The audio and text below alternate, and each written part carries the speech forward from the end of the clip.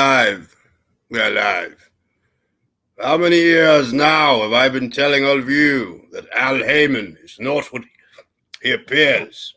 He is a thief and a liar, and the devil is a liar, and so on and so forth, and big words that have many syllables in them. I've been telling y'all for a long time that dude is a flim-flam artist, that he give all these guys the same sales pitch, and they fall for it because they figure that you can't argue with success. They don't realize that the success that Floyd Mayweather had has more to do with Floyd Mayweather and less to do with Al Haymon.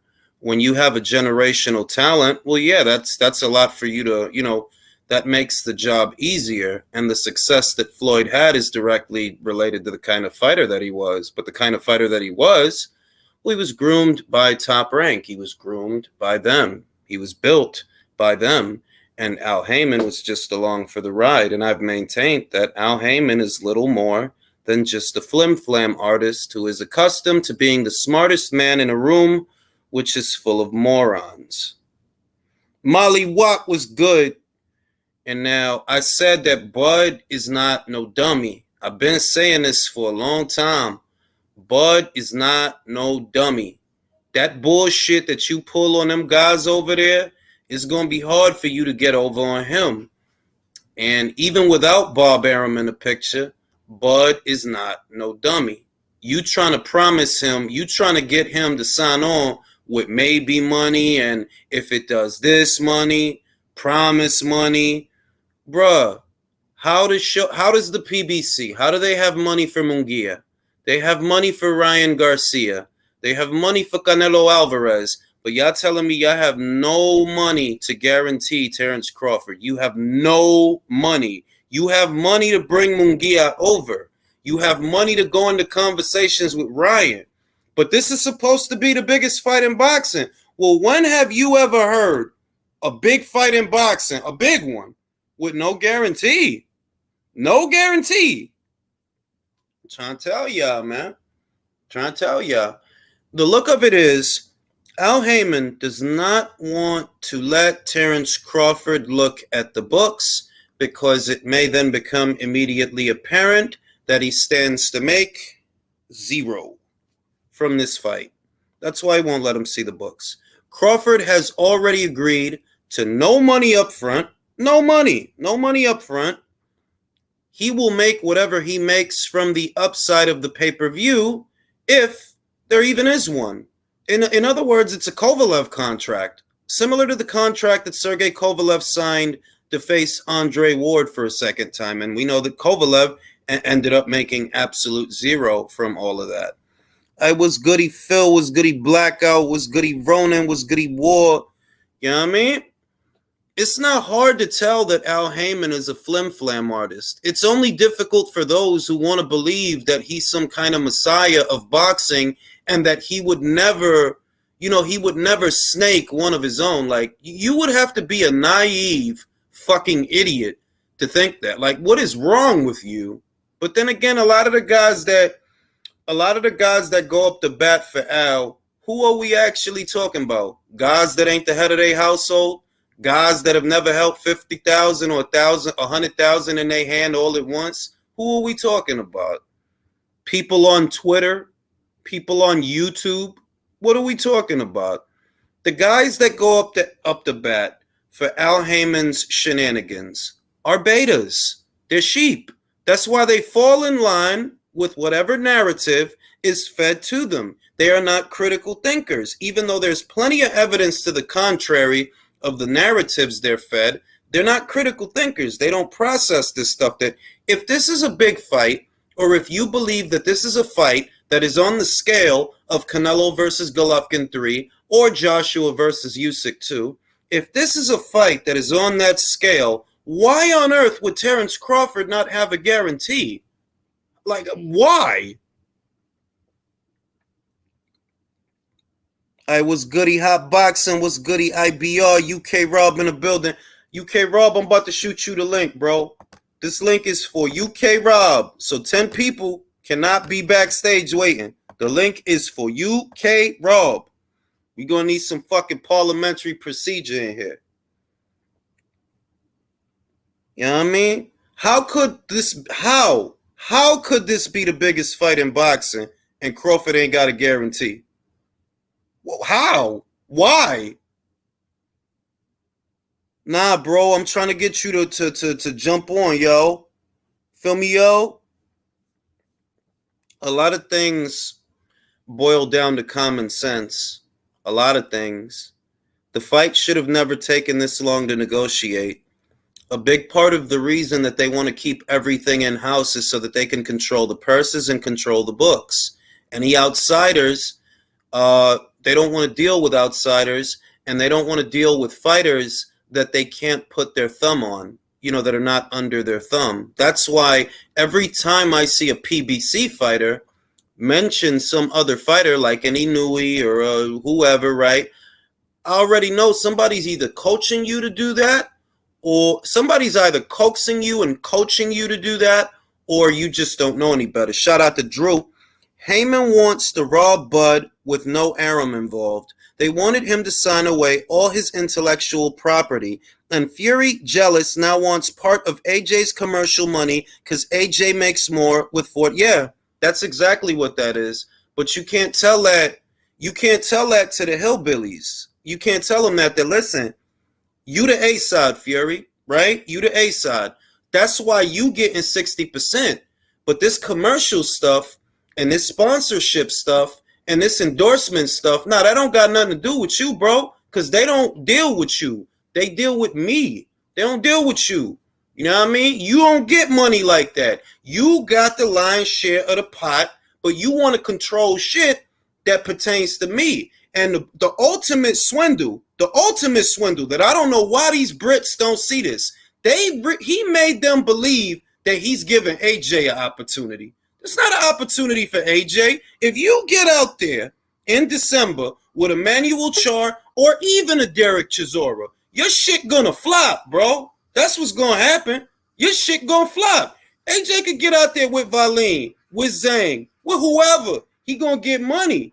They making it seem like, this is this huge favor that he's doing for AJ. This great what opportunity, bro? What opportunity?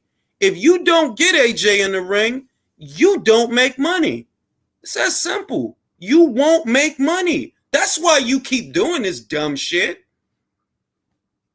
That's why you need people to believe that it's an opportunity. It's not a fucking opportunity for him. He could get out there with Valine in December and get money without you. And I promise you, if you do Joshua versus Valine and Fury versus Char in the same month, take a wild fucking guess. Which pay-per-view will sell more? Take a guess. PBC don't want it, never did. Bud was never part of the plan. That's what I've been saying the whole time. Motherfuckers want to believe that Al Haymon is like Jesse or some shit. That he here to save boxing. And he's here to represent. Man, that motherfucker is here to take a percentage of your purse, and that's it. That motherfucker is here to use you the way any other con man would use you. That is what he is here to do. But let these dumb motherfuckers tell it, and they think he a freedom fighter or some shit. They really think that Al Haymon is like Jesse or some shit. I always equate Al Haymon to Al Sharpton. You the fake civil rights leader. What you really are is a CI for the Fed. That's what you are. That's the ultimate parallel for Al Haymon. You are a CI for the Fed. You are a crook. You are a shyster. You are a flim-flam artist. And the fact that they've been telling people for years that Bud can't sell, and Bud is the B-side, and Bud is not a draw. Well, if Errol is a draw, why can't Errol guarantee that man no money? What kind of shit is this? You telling me that Charles Martin could get $7 to $8 million, which is 6 million pounds, or it was at the time, because I heard that the British pound has gone down in value. But back then, 6 million pounds was $8 million in US dollars. You telling me AJ could get Charles Martin 7 mil? He could get him that. Caleb Plant for one motherfucking belt. He could get 10 million. Canelo could get that dude 10 million. But Lil Fish Errol cannot get Bud a goddamn guarantee. Not even 2 mil, not even 3 mil, not even nothing. You gonna tell me they not some flim-flam artists over there? Y'all motherfuckers is too easy to trick. That's the problem. Y'all don't pay attention to what's being said. Y'all only pay attention to who's saying it. And that's what the fuck is wrong with a lot of motherfuckers. Motherfuckers don't care about what's in the box. They focusing on the wrapping paper. Y'all motherfuckers are stupid. Stupid motherfuckers. Fake business guys, fake law guys. Motherfucker. You motherfuckers never held $50,000 in one hand. Shut the fuck up. The fuck do y'all know about shit like that? How the fuck you gonna swear on a stack of Bibles that this is the biggest fight in boxing and they don't got a guarantee for the other dude? That you have no guarantee. So you had money to bring a Golden Boy fighter to your network. You had money for Canelo. You had money for Ryan. But you have no money for Bud. And y'all really think this dude is a messiah.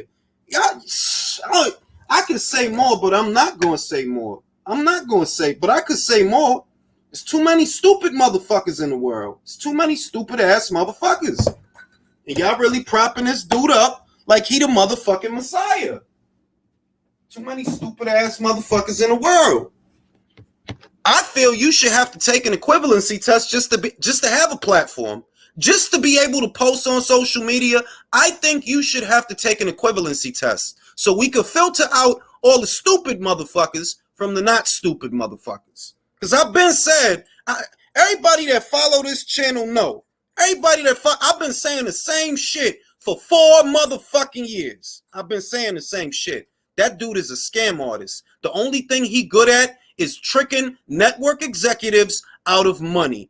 That's it. Anybody else, they on to his ass. That's why he don't want to deal with anybody else. He want everything to be inside the bubble where he can control it. Because if you bring other motherfuckers into it, they're going to be on to you like, fam, what the fuck are you doing? So you ain't got no guarantee for me. And I'm already getting the short end of the split. But on top of that, you don't even want to let me see the books? So what fucking protection do I got? None. And that's how you want it to look because you never wanted to do this fight. You never wanted to do this fight.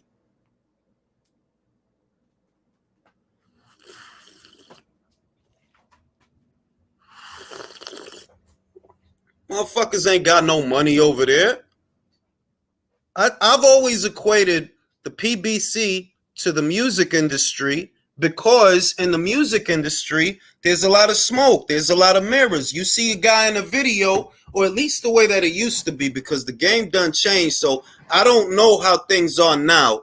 But I remember when I was young, man, you see a guy in a video with all them chains and all that shit. All that shit is money that they loaned you to finance the video. You got to pay all that back. That's not your money. That's not your chain. You driving rentals. It's just like the music industry. Everything over there, everything about that outfit is smoke and mirrors. All that shit is fake. All that shit is fake. How you going to you really got grown ass men that log into Twitter every day, tell you this the biggest fight in boxing. This the biggest fight in boxing. How could it be the biggest fight in boxing and ain't no goddamn guarantee? How? How does that even work? Y'all think Tank is a star. Tank is, yo, fam, if you a star, you could afford to pay for quality opponents the way Canelo does. Is Caleb Plant a $10 million fighter? No, but he fucking got $10 million because Canelo can get him that. That's what a cash cow could do. Is motherfucking Charles Martin, was he a $7-8 million fighter? No, but he was able to get him that because that's what the fuck a cash cow could do. So how is it that Errol supposed to be this motherfucking cash moo cow and Bud don't even get a guarantee? See, what I'm seeing is what I've been telling y'all. Bud want the fight, and Errol is happy to hide behind Haymon's skirt. Espinoza showed up to that other side of boxing Twitter suite for the Spence versus Ugas fight to take pictures and weasel them to say the Crawford fight was a go and they booked non-refundable travel plan. What a bunch of stupid motherfuckers. You ain't got to believe me. I don't tell nobody to come here. I don't tell nobody like and subscribe. I don't tell nobody smash the like button, yo. I don't do that. I could only tell you what I think. And if you want to know what I think and you're here, so I'll assume that you do. Otherwise, I don't know what the fuck you doing here. I've been told y'all this shit was going to happen. I've been told y'all they a bunch of frauds over there. You can go to any video from 4 years ago. You literally going to hear me saying the same shit. Them dudes is not getting money over there. Ain't no way. They lying about the numbers. I know you're lying about the numbers. I know you lying about what them Davis pay-per-views do. I know you was lying about the Porter numbers, the Danny Garcia numbers, the Ugas. You couldn't even hide how bullshit that was. You had Manny motherfucking Pacquiao in the ring with Ugas, and you motherfuckers couldn't sell that shit. You couldn't sell that shit. It didn't do nothing. It didn't do shit. But you want me to believe that this is the biggest fight in boxing, that y'all can handle that. You got a promoter. My guy, you do 2 shows a year and can't shut the fuck up. And you literally only do 2 shows a year. You do 2 shows a year. You are so indignantly fucking stupid and inept. And you can't shut the fuck up. It's emergency boxing talks, yo. I got a monologue. I've been telling y'all for a long time, I wouldn't be surprised if they never fight. I wouldn't be surprised because the truth is you cannot spend 4 years downplaying a fighter, then turn around and try to sell him. That's not how it works. Y'all spent 4 years telling y'all consumer base that Bud is no good, that nothing he ever did matters. The people that are supposedly excited about this fight, they don't even respect Bud. So how can you then try to turn around and sell Bud? You fucking can't because you've been trashing him for 4 years, you fucking dickheads. And if the money was an issue, you should have did the goddamn fight when Top Rank was involved because they could have paid for Bud. They could have paid him his guarantee. What it really is, they don't want Errol to get his motherfucking ass whooped. Because if he do, what you got? A 37-year-old Wilder? A 27-year-old Gervonta Davis? Fucking telling you, yo. I ain't gonna tell you to smash the like button. I ain't gonna do that. I ain't gonna tell you to like and subscribe. I'll tell your ass to send me a super chat, though. Tell you that motherfucking shit. But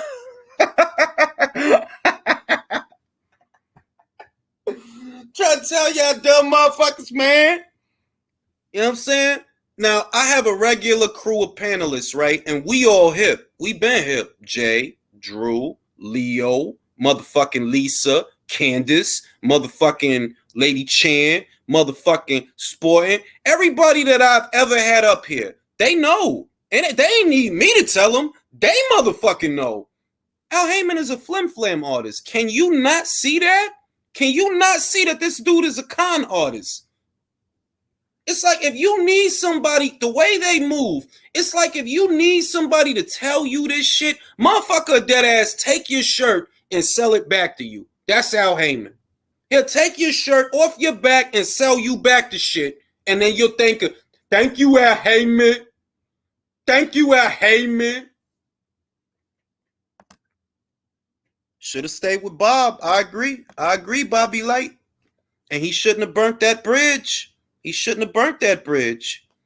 How he handled that situation was terrible. And who was one of the first ones saying that you don't need to burn that bridge? You need allies. You burnt that bridge. Now, I don't know what the fuck gonna happen. And it's a pity because I think he's a generational talent. But I honestly don't know what's gonna happen because it's hard to imagine that anybody would walk into a deal like that, especially after what happened to Kovalev. Kovalev didn't get no guarantee for the Ward fight. No guarantee, right? He was supposed to get paid off the upside. Well, there was no upside. So he didn't get paid. You got your ass whooped, your belts took, and you ain't get paid. Motherfuckers is dumb, yo. I be giving people the benefit of the doubt a lot because I can't imagine that people could really believe Al Haymon is anything other than a flim-flam artist. I be giving people like, you can't be that dumb. Can't you see? You can't see? But people really are that dumb. They are that dumb. And I can't help them, and I don't want to. Fuck you. You are dumb. You will not be saved. You will not be saved, you stupid motherfuckers.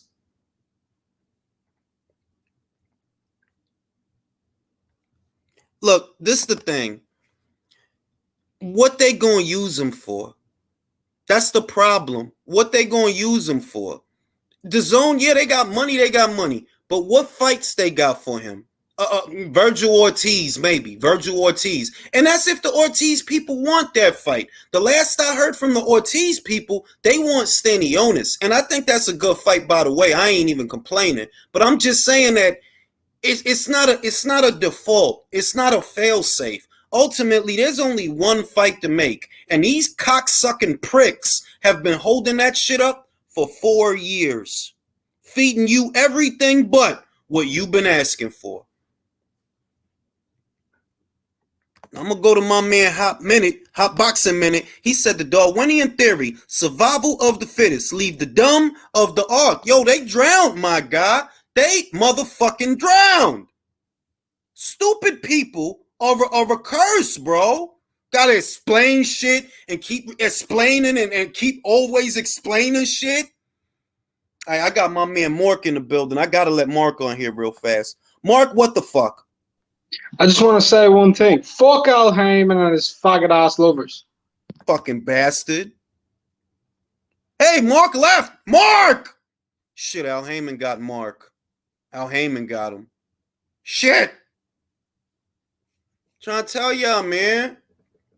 Al Haymon ain't shit, man. Motherfuckers really tried to prop that dude up like he the Messiah, like he here to say something. Motherfucker, that dude is here to take a sizable chunk out of your career earnings. That is what that motherfucker's here to do. And if you can't see that, you deserve to get robbed. You can't see that. Motherfuckers be like, I don't understand motherfuckers, but then again, I don't have to.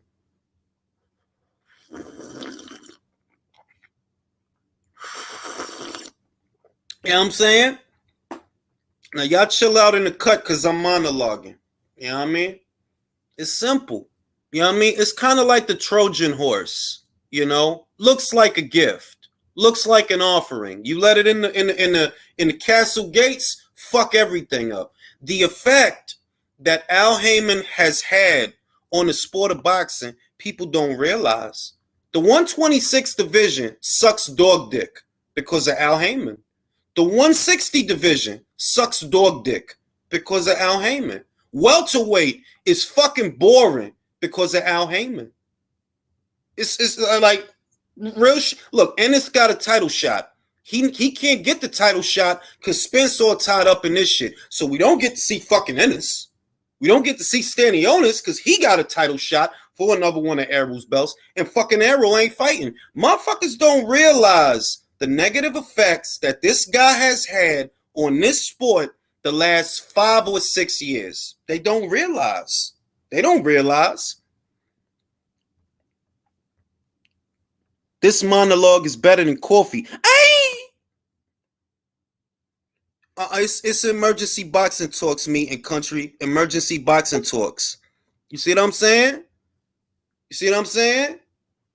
Like, you got a dude, Leo Santa Cruz has held the title at featherweight for close to 3 going on 4 years. Unification matches did not get to happen because of Leo. The Gary Russell fight. The fucking Lee Wood. He should be a champion. He is not a champion right now because this prick gets to hold the belt for 3 years. That he ain't campaign at this weight in 3 years. Who you think set it up for him to keep that fucking belt? Al motherfucking Haymon. and Gilberto Mendoza. It's fucking obvious. Dude is a cancer to the sport, man. Cancer to the sport. Got a prospect in Tuksat Niambayayar, right? Mongolian motherfucker. Who knew they even boxed in Mongolia? This motherfucker sat out for a year. He ain't got 20 fights. They have this dude on the shelf for a year. Oh, here's your title shot. Bro, that dude ain't even fought in a year. You setting him up to fail. You setting all them guys up to fail, if I'm being honest. All of them. Every single one of them. Once PBC goes out of business and Fury retires, boxing will be good again. You know what I'm saying? You know what I'm saying? It's real out here, yo.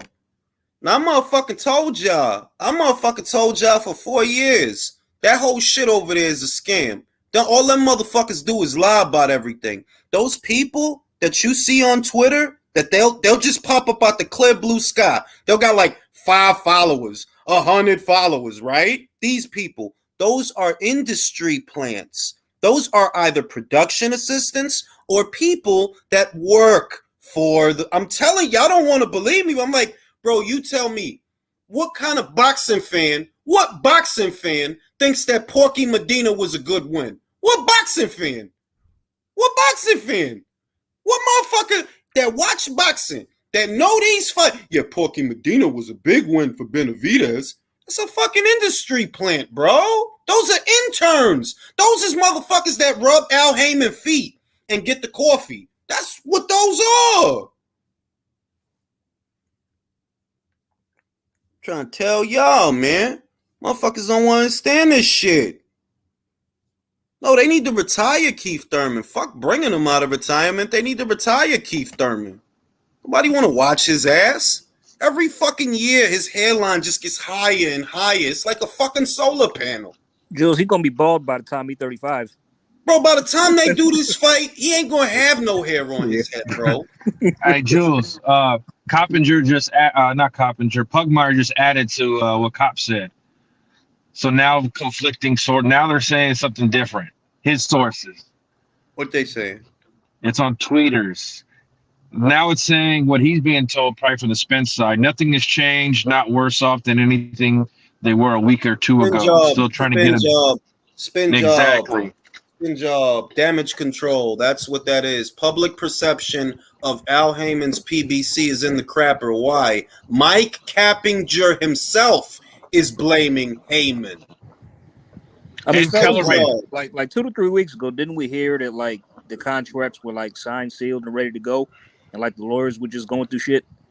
Like, I mean, listen, no, man, but it's been go ahead, Jules. 2-3 weeks ago, I didn't believe that shit. Yeah, I don't care what they talking about, because a fight this size, which is not a big fight. I'm sorry, it's not a big fight. I'm sorry to tell y'all that. Y'all don't. You're right. You're right. It ain't. Not y'all, but the goofy motherfuckers that really thought. Drew, how many times we said it? This fight ain't nowhere near as big as Canelo versus. No way. Not enough. It could have been like you said, Jules. If it was, then nobody would hesitate to invest if it were that big, because they'd know, hey, we could put up 10 million for Bud because we know we'll get the money back. We could put up 10 or 15 for Errol because we know we'll get the money back. But they don't know that because this fight is not that big. I'm sorry. Stop lying to yourselves on social media. Stop doing it. That's the same as a Snapchat filter. It is a lie. Stop lying to yourselves. Same way you know, bitch, use a filter on Instagram. Bitch, you don't look like that, right? All right, this is not that big a fight. I'm sorry. This is at best 350, 500,000, 5 the max, and that's me. And like you said, Jules, it was 700 to 1 million pay-per-view buys back when in 2017 when 2018 Bud ran up. 2018 when Bud ran up on Spence. That's when it was hot. That's when it was hot. You could feel it, like you could feel the buzz that like, yeah, we need this and we need it soon. But who wanted to wait? Who said on camera? It has gotten to the point, the collective stupidity of the boxing fan has gotten to the point that Errol Spence can say on camera they have a 4-fight plan. 4 fights? 2 years. That's what that is. If the guy fights 2 times a year and he says 4 fights, that means they have mapped out the next 2 years for this fighter. And what did he say? Mikey Garcia, Manny Pacquiao, Sean Porter, and Keith Thurman. So, and what Bud said, also, Al didn't mention me, did he? No. No, we didn't. And you stupid motherfuckers still haven't processed that shit 4 years later, you dumb motherfuckers. Because, Jules, I mean, you said it earlier. It's like, I want to believe wholeheartedly that Errol does want to fight. He doesn't but let me finish. Bro. I know, but let me finish. Hold on. Let me make my points, because, like, when he was having that conversation with Bud, right, he said that, like, no, he didn't. So maybe Errol is being instructed to say this stuff. Maybe that's what I'm saying, bro. Listen, bro. I said this to Drew earlier on Twitter, right? It didn't take Artur Beterbiev, a fighter who wasn't even a professional very long. It didn't take him long to realize, I don't want to be here. I'm getting the fuck out of here. And he fought. Yep. He fought to get the fuck out of there, bro. So did Danny Jacobs. Like, all right, they got some money over there. For me, I'm over there, bro. It didn't take long, all right? Now, I understand. And it went back to what I said. Remember what I said, Jules? The fighters with smart fathers or smart managers, they don't get fucked over there. They might go over there for a fight or two, but they don't give away their intellectual property. This is the thing. Floyd Hitchens' dad saved his ass. And I'm going to do a whole video on that where I talk about piece by piece what all these different things mean. Because he let the cat out the bag. That was confirmation of everything I thought. Fam, that dude got slaves, bro. That's what that is. I saw that. That was who that was, and his dad? That's his dad. Yo, the contracts that they're giving some of these fighters, like, look, when you sign a contract, of course, there are certain parameters that you have to honor. But what he described, bro, that's indentured servitude is what that shit is. You can't make no money without this motherfucker taking a piece of that shit. And you were 1099. Not even that, Jewel. You can't even, if you wanted to be in a video game, Al Haymon got to negotiate the cut. My God, you know what that would be like? I'm a 1099, right? I'm a 1099. Me too. That would be like if Google came in here. Hey, listen, motherfucker, you got to wear this hat and wear this Google shirt, and you got to say this, all right? And we get a piece of whatever you like. What? Motherfucker? Huh? The man has rights over all of your business ventures. Not only that, there's a disparagement clause. You can't fucking speak out against it. That's why Tank deletes everything. And of course, they could match your shit if you're a free agent and you have to accept their matched offer. That's the other thing. And see, I'm gonna save that. I'm gonna save that because I've been waiting to do that episode of the relay. That's literally what I was gonna do up until that news broke. But basically, those guys got slave contracts. Like that's a slave contract, bro. That's not exaggerating. That's not capping. It defeats the purpose to even be a 1099 if that's the kind of circumstance. Exactly. 1099 is specifically you're an independent contractor. I'm a 1099 too. I just make money with you because of this fight. Anything that comes from the side of this fight, you ain't got shit to do with that. That's my shit. Exactly. That's the adage that I use is he's got a situation going to where it's like, why buy the cow when you get the milk for free? Why pay for exclusivity and get these fighters huge guarantees if we don't have to? My priority is the network, not the fighter. And that has always been the conflict of interest. The guy advising you, he can't also prioritize the network because you'll always get the back seat then. It can't Funny be thing both. is, though, he's got the same kind of contracts Dana White has. Yeah, but Dana White has Let me say this. Dana White has a better product. Yes. He has a better product. So I'm not even saying that Dana don't have full hegemonical control. He do, but he has a better product. Yes. You compare that to this bogus ass bitch ass shit. And the product, it'd be different if the product was good. That shit has me dying. Like, motherfuckers was getting on defending this shit. Those are the same motherfuckers that went in and paid tickets to go through the turnstiles for Danny Garcia and Ron Salka. My dude, I'm trying to tell you, like the way it is, These cats, they don't pay attention to what's being said. They only look at who say it. And based on who say it, they just go with it. They just believe, like, fam, are you fucking retarded? You gotta be fucking retarded. You're not even listening. The VP of communications said this shit ain't gonna sell. People gonna steal it. So that 6 months later, you reach, this the biggest fight in boxing. We did the biggest fight in boxing. This gonna be bigger than Canelo. You dumb motherfucker. I mean, it's funny because for him to say that, like, Crawford and Spence won't sell. Okay, so what was their justification for putting fights that were on pay-per-view that didn't need to be on pay-per-view? The funny thing is, Jay, that when have you ever heard of a Canelo fight being in jeopardy because of the goddamn money? Never. Never. And guess what? Except for when a PBC fighter was involved, because if y'all remember, it took several times for the Plant fight to get done, did it not? But they sold that. But see, that wasn't the money wasn't an issue that time. It was first Plant needed more time because remember the first dude that he went to was Plant, and Plant said, no, I need more time. Then he go back. No, I'm not going nowhere. Don't worry. You still got other belts to get. It wasn't the money that was holding up the fight. It was that they was waiting for Plant to have leverage so he could get more money. Because look, I got the last belt. I got paid. He got paid the most at all. That's right. That's true. That's right. This shit's comedy, and to see people already spinning like, well, who's Coppinger? I'm like, bro, you use the same mother. You know who Coppinger is? The same fucking motherfucker that you've been listening to all these years. You dumb bastards. That's who Coppinger is. The same motherfucking source that y'all been using for 4 years. You fucking sacks of shit. To brag about Tank and Spence's pay-per-view buy. So fuck off. Fuck out of here. I got a question for you real quick. All of a sudden, they don't listen to Copinger, but they listen to Raphael. It's always a fucking motherfuckers always moving the goalposts. No wonder these motherfuckers is always miserable. I would hate to live that way. To have to make excuses for a dude that ain't even giving you no money. Because y'all motherfuckers get up every day and argue on his behalf for free. I got a question for you, Jules. You might have to go on camera for this. What was Fury's face like when he saw that AJ's getting 40% and he's still making more than me?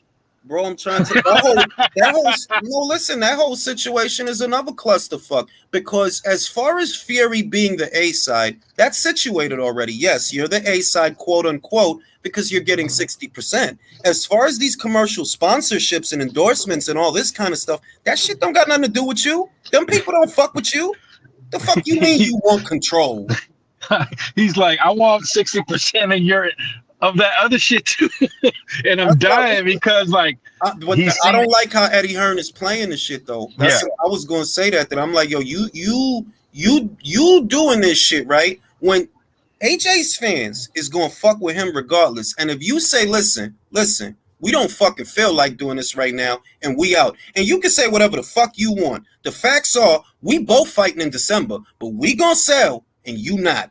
But you don't want to just call a spade. AJ want to be all civil with the shit. He another one that's making me aggy. Fam, tell the truth. We could fight on the same month. You got a belt, I don't. You got a I don't. And I'm still going to sell more than you. Go ahead, motherfucker. Fight Manuel Char. Fight Derek Chisora 3 more times. You won't sell because people don't fuck with you. Shit is stupid. Like, I really don't like how they playing that shit. Like, fam, check this dude. Why are you so afraid to check this dude? I would check like, man, listen, fam, you ain't going to sell shit. You going to do things my way or I walk away. And if I walk away, there goes the purse. What you think? What you think you going to get with, you think you going to get with Char? What you going to get with me? You know you not, you cocksucker. You know you not. I mean, what's more annoying is like, they should really be hip to Fury's tactics about it because have they forgot about what happened last year? I hate how they playing the shit because they're letting themselves get pressured by the media and pressured by the public when they're literally the ones that have all the leverage. Bro, you know what you got? You got a green motherfucking belt. Whoop-de-fucking-do. That belt gonna be around after you leave, bro. I could get it then, but you can't get this purse, not without me. So you better play ball my way. And if you don't want that, cool, bro. Cool. I ain't going nowhere. That's what's annoying about Eddie, the way they're playing it, because you could tell Frank and them, they want to fight because, like, we need to make some money. We've been fucking losing money. And we're going to lose money if we fucking give him Char. Like, I hate the way they playing. Like, it couldn't be, like, bro, I could have fucking 15 losses in this bitch. As long as I'm worth all that paper, listen, bro, this fight happens on my terms or it don't happen. And if you don't like it, well, then go fight Manuel Char and see what that does. You could tell the world whatever you want to tell them, bro. When it's time to pay for a fight, they're going to pay for my fight because my fight is a good fight and your fight is a fucking joke. Same as the Schwartz fight, the same as the Valine fight. That shit ain't going to sell nothing. You don't sell nothing without me. It's either me or Usyk. That's the only way you sell. So I have leverage. And if you think you're going to suck my dick, I'll leave. Yo, listen, bro. I want 50% of the pot. I want 50% of the pot. I'm in control of the commercial shit because I make more money than you. That's facts. If you don't like it, take your shoe off. And then what you do after that is you kick a rock. Biggest. I thought Jules was gonna stay sticking up your candy ass. Yeah. he can do that too. He can do that too. Shit. I hate sometimes I'll be like this close to DMing Eddie Hearn and asking him, what the fuck are you doing? What are you doing? Why are you wasting time with this clown? You wasting time on this dude. When AJ could say, listen, my guy, first and foremost, I wasn't going to fight for a title in December. I wasn't. But if you want me to fight for your title, because you calling me, I'm not calling you. You calling me. And if you going to call me, we do things my way or we don't do things, bro. And you can spin it however you want. No one is going to pay pay-per-view to see you fight Fury-Char, to see you fight Derek Chisora, or nobody else. You got 2 fights left that people will pay to see, and I'm one of them. You know the funny shit, Jules, is Fury and PBC, they're taking turns who's taking the worst PR hits each day. I mean, yeah, but I got to give it to Fury that he fooled a lot of dumb motherfuckers. He did. You still got Gareth Davies spit like Eddie Hearn and Anthony Joshua are going to walk away. Bro, your man just put 2 deadlines this week. 2 deadlines. Eddie Hearn and Anthony Joshua, and they're going to walk away. I hope you don't tweet me later. I hope Alexis don't think Fury's entitled to some of that commercial shit. Just to stay on code. I hope he does. The real shit is that Fury, on some real shit, you're not actually entitled to 60%. That's not cap. That's not cap. Bro, at best, you a $25 million fight. And that's at best. That's the most you do, 25, 30. You don't do more than that. I'm exponentially more than that. If I say, listen, I want 50% of the pot. And if I don't get 50%, there is no fight. Ain't that what you told me when you didn't have a belt? Remember when you didn't have a belt? And we tried to do a fight with you. You remember what you told me? 50%, right? Well, yep, despite the fact that he knew the whole time the fight wasn't going to happen because he knew he was fighting Wilder, but okay. Whole ass shit. I really hate the way they playing this because they're playing it in a way where we don't want to look bad and we don't want to look man, listen, I don't give a fuck how I look. When I fight, I bet you. I don't care what happened with this fat pasty motherfucker. When I fight, people pay and people come. He can't change that. I got losses. I still get more money than this dude. When the fuck you gonna realize I got L's and I still get more than this cat? His belt don't matter more than my money. He'll throw that belt in the air in a heartbeat to get at my money. You fucking crazy? So if you want me, 50%. Now I'm gonna go DM and Eddie Hearn now. Fuck that. I'm getting pissed off. I'll be this close. Like, Eddie, what the fuck are you doing, bro?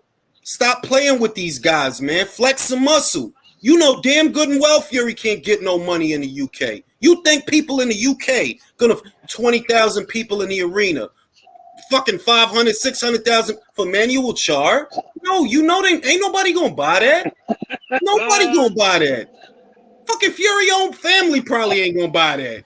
For it's long past due to Eddie. It's long past due. Eddie took the gloves off, man. You really need to take them shits off. I hate how he playing this shit because you keep trying to satisfy a status quo that Wilder doesn't satisfy, that Fury doesn't satisfy, but you keep trying to satisfy. Like, fam, they play by their own rules and they get less bread than your man. But you gonna keep playing this game, like, man.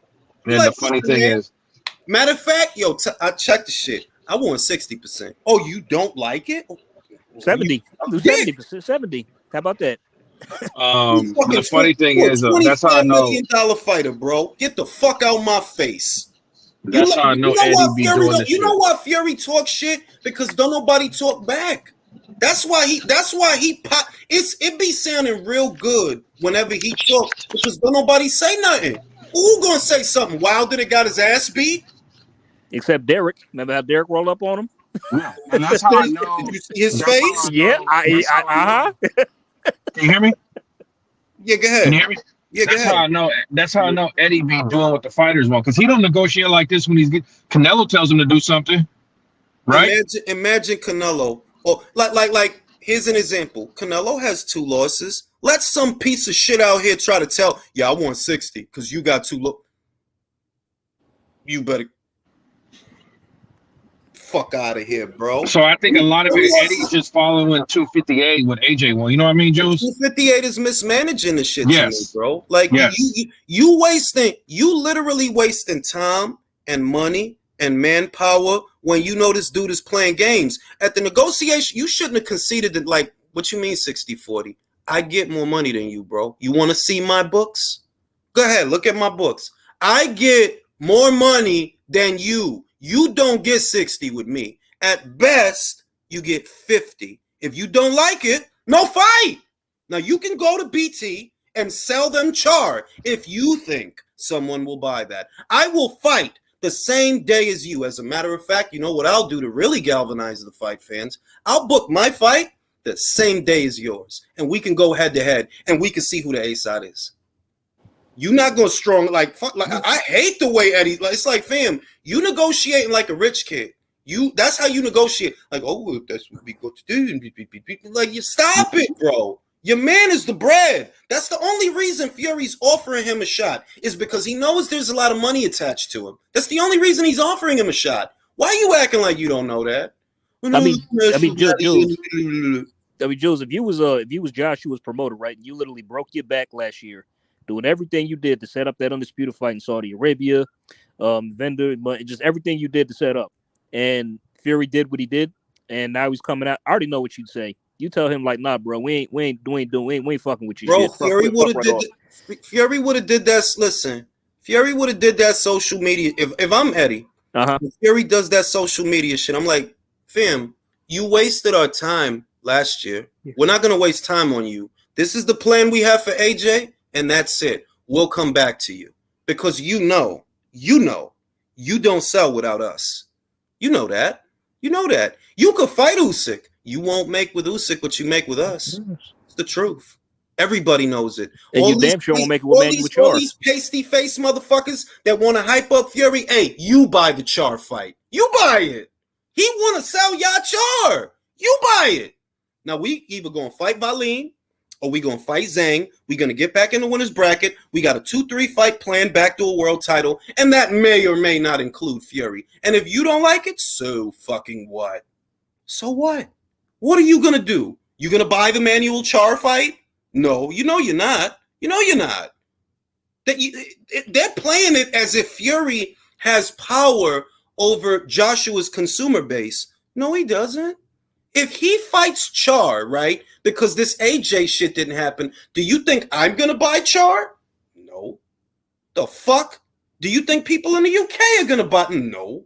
You shouldn't even be talking to a dude like that. If AJ were talking to a dude like that, they crucify him. Exactly. They crucify him. 100%. They never let him get away with it. Never. Shit is ridiculous.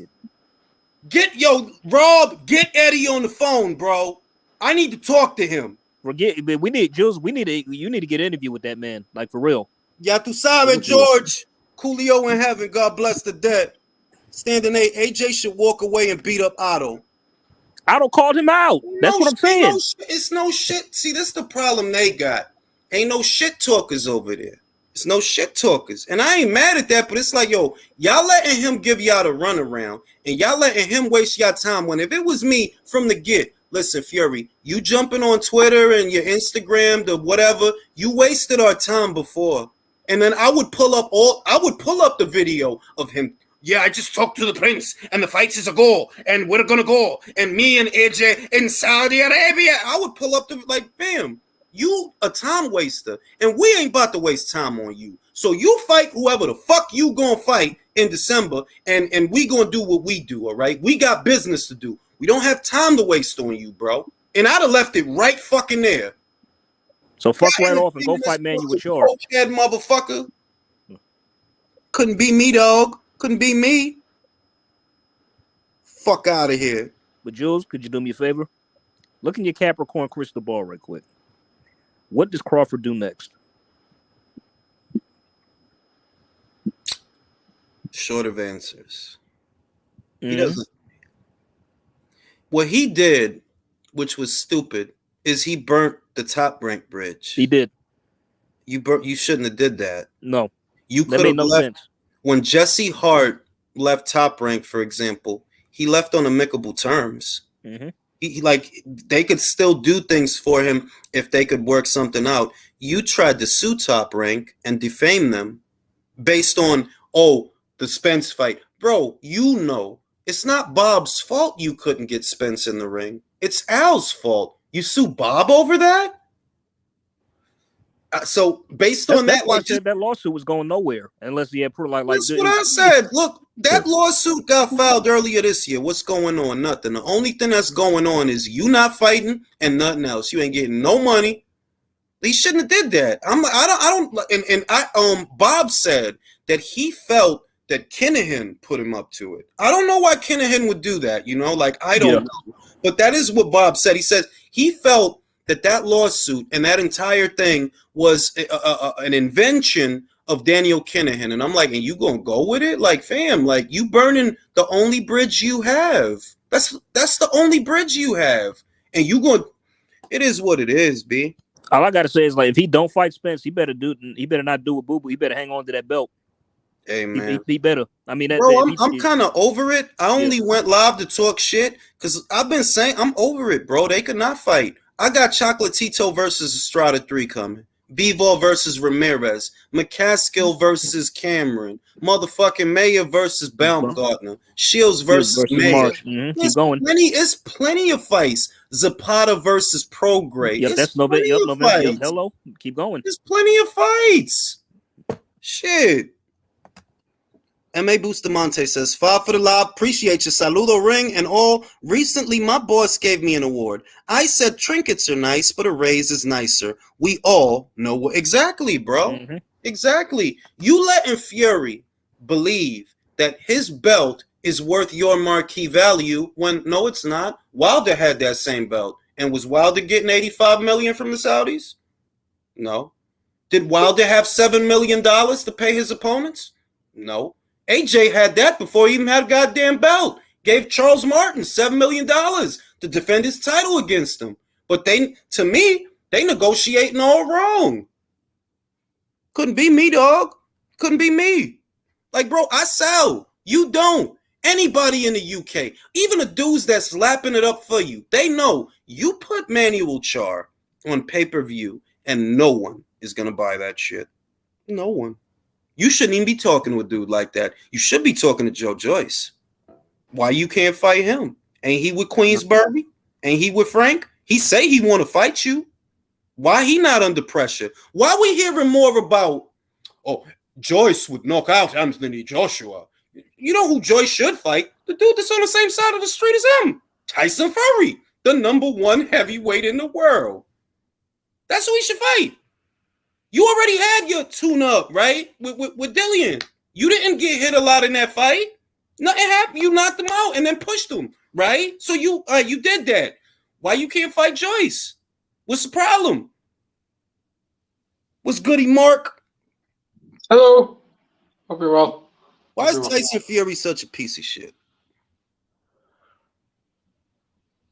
Mark? Oh, I can't answer why he is. Why can do just tell you he is. Why do you think? I'd be a piece of shit if my dad was in prison for half my life. I'm a piece of shit and my dad wasn't in prison for half my life. So he's a prick anyway. Let me answer the super chat. To my knowledge, Coach Malachi is good. I think he live right now, matter of fact. It's only certain parts of Florida that got affected by the hurricane. Not all of them. It's only certain parts of Florida. But pray for Florida because they going through it. Certain parts of it. Pray for Florida and everybody over there. But the shit is stupid to me, man. Because Mark, if you put Fury versus Char on pay-per-view, who's gonna buy that? Maybe the most scintillated Fury sexual will. Those guys who, the same 50 guys who have 200 accounts on Twitter who make the same arguments every day over how Fury's the greatest fighter of all time. They'll buy it. But that's literally maybe 5,000 people would actually want to pay for it. Maybe 20,000 would be bored and have nothing to do and then do it. But it's not going to break 100K. That would actually not break 100K. That's one of the worst ever. You really think it even? I don't think it get close. No, I'll say close. Maybe 50K. I'd say maybe at best 120K in the UK.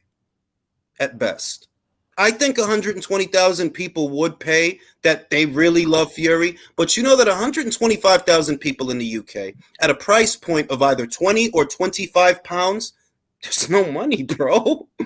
What kind of pot is that? You want that AJ pot, you know what I mean? And these guys are negotiating as if they don't bring any value. Like, listen, bro, I want 50%, and we'll leave. I don't give a shit what you get on Twitter and say, because I could get on Twitter and say what the fuck I'm saying. Yo, listen, 50% or no fight. Simple. I don't know if Fury does. Here's where I kind of lose track of the whole thing. I don't know if Fury does actually want the AJ fight. And the bag, he just said he wanted the bag. If he wanted the bag, he wouldn't be pushing deadlines like this constantly. He wouldn't be complaining. I think what a lot of people are missing sight of is Fury. Yes, we're all complaining that Fury is now ducking AJ, but he's also ducked Undisputed, which we are conveniently not talking about anymore. So he ducks one guy, and he ducks another guy to fight Manuel Char, which is what we're all kind of losing sight of, that he's ducked both guys who just fought each other. And now we're asking the question, does he want the bag? No, obviously he doesn't. He wants money, but he doesn't want to have to work for it. It's tricky because the thing is, Usyk said he doesn't want to fight him in December. Not saying he doesn't want to fight him. I believe Usyk does want to fight him, but he doesn't want to fight him in December. So if the angle that Fury is coming from is that he wants a tune-up fight between now and the time that he fights Usyk potentially next year, well, I don't think there's anything wrong with that. That, okay, he wants a tune-up fight. Where it becomes complex is where you expect people to believe that you can negotiate this fight this year with the time that you can't. You can't. And two, you offered them something expecting them to say no. The only reason we're still here is because they didn't say no, but they could have. They're the ones that allow themselves to feel like they're under pressure to satisfy something. Bro, your fighter is coming off of 2 back-to-back losses. What the fuck are you doing? You could use that as leverage. Listen, we wasn't going to fight for a title in December. But if you want us to fight, 50%. Oh, you don't like it? All right then, fuck you. We out of here. Do you know what's really funny to me, though? Do you know, I think we all know which heavyweight has the most criticized resume over the last 6 years, right? It's the guy who Fury just beat twice, right? Back to back, beat him the fuck up. Wilder. If Fury fights Char, is Wilder's, honestly, where would Char rank on Wilder's actual opponent since he at World Championship level? Because this would be a defense. And I would say that every opponent Wilder's fought and his next opponent, from Luis Ortiz to not Stavern, but Prime Stavern, from Luis Ortiz to Prime Stavern, all the way down to Spielka, would all beat this version of Manuel Char. Yes. Every last one of them. Yes. In all honesty, possibly Tom Schwartz could beat him. Spilka beats him. Schwartz beats him. Fucking Washington beats him. Fucking Duopa beats him. Like, fam. And they let him get away with it. That's what kind of kills me. That, like, I'll say that Adam Catterall, he did call a spade, but you still have Gareth Davies running Spin. You still have Big Daddy Bunce. He don't want to call a spade. You said you're sick and tired of this fight being negotiated in the public. There's only one person negotiating the fight in the public, Tyson Fury. So why don't you just fucking say that? Because it's not AJ uploading interviews, uploading video after video after video on Twitter. It's Fury. Why don't you just say that? They're like, what are you doing, bro? Nobody want to deal with this all week, bro. And most importantly, I like probably a lot of boxing fans. I don't really give a fuck so long as I get a good fight. Yeah. If I get Fury AJ or Fury Usyk, the people I really feel sorry for is his fans who, because he actually has built a fan base. Fair play to him. He's built one. He does. They're there. They are there. They're very, very, they're very homoerotic, but they're there. When I see all of the blind faith they have in him, I'd be depressed to be his fan. I would too. I would be very depressed to be his fan. Yeah, they can't think for themselves. Well, the thing that they like about Fury, I'm going to tell you what they like about Fury. What they like about Fury is that he's fucking fat and he lost his hair. That's what they like about Fury. But they don't like me, and I'm fat and I have no hair. But you probably pull chicks. Fury don't pull chicks, bro. Not thinking about other men's penises. I'm similar to Fury as in I'm married. Like, I don't need to pull chicks. I dig it. Fury pulls Samoan heavyweights, which is very impressive. All I'm saying is that Fury, what they see in Fury, they see a piece of themselves in how big a sack of shit he is. Because a lot of these guys are sacks of shit. Right, there it is. Have you seen this movie?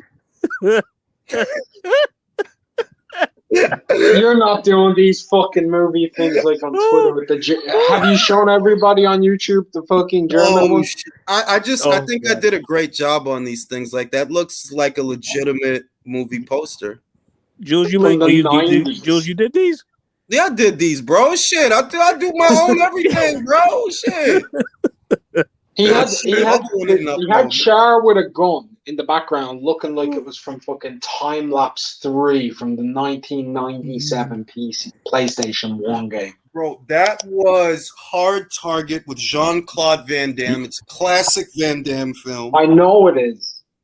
Jules, did y'all know they legitimately made it a second movie, a second Hard Target? They did? With who? Like, the original cast wasn't in it. It was like some other motherfuckers, but they legitimately made a second film. It was weak, but yeah. That's one of the worst films I've ever seen, by the way. Well, Hard Target? The Quest? No, Quest was okay, but Hard Target is hard to watch. Really? Well, that shit sucked, bro. I got a kick out of it. It was cool. I enjoyed it for what it was. I mean, Hold on, I'm trying to upload this shit. It's good if you don't take it serious, but yeah, so. Look, man, it's hard to watch that fucking mullet, bro. Why does Van Damme have a mullet? Yeah, that's true. That shit was pretty bad. Oh, yeah, that was bad. That was bad. I forget about the mullet. Did a really good job on this one. I'm really proud of this one. Really good job on this one. This is fucking perfect, bro. But yeah, man, I'm like, yo, the way they're treating the situation, they're treating the situation as if they're under duress. And I'm like, how are you under duress when you bring all this value to the fight? And everybody knows that. Frank can put up a front for Umar on IFL and ID. Like, he can put up a front for them all they want. At the end of the day, you know in your heart of hearts, if you don't fight AJ in December, you don't make money. You know that. There is actually, I'm not even trying to be funny, there is no money fight from outside of Usyk or AJ. The next best option is Joe Joyce, and we don't know if that actually does money, because we don't know what type of draw Joyce is. Yeah, because what are the numbers for which it was a great fight. I really enjoyed the card, but realistically, what did that do at the box office, bro? What did it do? What were the purses? Anybody know what they were paid? I don't know. No, I didn't even. Here's the thing about a Joyce fight. None of us even care enough to look. We would know this automatically normally. That's true. But Normally we would. Normally Jay would have the purses 2 months ago. Yeah, exactly. I would have had the purses already. The point is that Fury needs AJ, and underneath all the smoke and mirrors, everybody knows that. Like, AJ doesn't need Fury to get a title because Filip Hrgovic is on his side of the street. And whatever happens with Usyk and Fury or whatever doesn't happen, AJ already has a path back to a title right there in Filip Hrgovic. And of course, Filip would be willing to fight AJ because there's a lot of money involved. So why are they negotiating in such a way as if they are under duress? You don't actually need a Fury fight for a belt. You can get a belt some other way, but you're letting this guy pressure you as if, oh, we can't pass this. Yes, the fuck you can pass it up, bro. 40%. You can suck my dick 40 times. Fuck out of here. What you know, just back to this Crawford shit. The fight is where it was 4 years ago, and which is nowhere. Yep, that is nowhere. That is nowhere. The fight is where it was 4 years ago in negotiations that don't exist. Exactly. That's what it is. It's a state of start again, stop again, start again, stop again that doesn't matter, has no prevalence, and the fight definitely will never happen. There is actually more chance Tyson Fury fights Usyk and Joshua back to back than that fucking fight happened. I mean, if you think about it, we have seen by the end of this year, if this fight doesn't happen, we've seen a Wilder Fury trilogy, a Chocolatito versus Estrada trilogy, a Canelo versus Golovkin trilogy. We saw Serrano versus Taylor. We will have seen Shields versus Marshall, but we Castano, Charlo unifying against each other twice for undisputed. We even got White versus Fury. Twice. A lot of things will have come to pass in the time that we've been waiting for this fight to be delivered. It's tripled up on our 4-belt undisputed champions. Ridiculous. Bro, he knew he bought to be undisputed before this year is up because the Butler fight is done. Stop saying stuff like that. Don't be talking bad on Flashy Paul. He's going to go in there and shock the world on the back foot and jab the monster's fucking head off. Let's go, Butler. I'm the only Butler fan on planet Earth. If that fight actually goes Hiroto Kayaguchi about to be in a unification. And this is why I'm not upset. Hey, don't just say that. Don't say Hiroto Kayaguchi. It's him versus Kenshiro. I know. I'm just saying that a lot of things are happening in boxing to where if Crawford versus Spence doesn't ever happen, right? I won't bat an eyelash. I got plenty of shit to watch. But I'm just highlighting how this is what I've been saying for 4 years. Bob was not the problem. Bud was not the problem. And the PBC never wanted this fight. They never wanted it. Never wanted it. They never will. Crawford, even if they did want it, they've never had the money to play the game. Well, I do think that they did in 2018 in the sense that if they would have tried to do the fight when Top Rank was still involved, you would have had another platform and another promoter to promote it to also bankroll Bud's guarantee, right? So you don't have to worry about paying him. Let Bob worry about that, and you just worry about Errol. So they could have done it then. So what's Al looking for? Is he looking for fucking stipends on percentages or what? Basically, Bud gets no money up front, no guarantee. Whatever he gets is from the upside, if there even is an upside. And Crawford actually agreed to this on the premise that he gets full transparency. He gets to look. So pretty much a Kovalev war Rockefeller did. Literally. Yeah, now get the fuck out of here. Not a fight like this. But that does show that Crawford is committed enough to the fight that he's willing to take it at no money down, no money up front, which is insane to me. Like, bro, I wouldn't even let you take that deal. Like, no, bro, you can't take this deal, bro. This is a dick in the booty deal. No. This shit may not have an upside, It might not. Because who are we relying on to buy it? The Mongs on Twitter? That's what I'm saying. I don't even see it doing 5. I say it does like maybe 4, no more than that. I'm just hoping that the synergy of a fight being announced is enough to get people energized again, get people excited again. But realistically, this could very well be a 350,000 buy fight. It could very well be, because who the hell are we really talking about that's going to buy this thing? Errol hasn't come close to 360 since the Mikey Garcia fight. And Mikey helped him sell that. Make no sense, man. Make no sense. And yeah, yo, he's in a rough spot, but I'm not surprised. This is what I've been saying for 4 years, and here we are 4 years later. It is what it is. What the fuck can you do? The only hope is that as Al Haymon's stable begins to thin out more and more, his presence in the sport won't be felt as much. That's the only hope. And his stable is thinning out because you're seeing more and more fighters go in other directions. It says a lot that Floyd Hitchens, right? Y'all offered him a contract, and he said, no, I'd rather go to Golden Boy than sign that bullshit. I'd rather go to who the Matchroom just signed? What's the name of that guy? The other kid, can't recall his name. Yeah, he just what is his name? I never seen him fight him. He's any good? He's okay. He's like, he shows he could do some things, you know, like he's okay. He's okay. Yeah, but just, you know what I'm talking about though, right? Yeah. Mm-hmm. Yeah. The kid that just left TMT for Matchroom. Mm-hmm. Mm-hmm.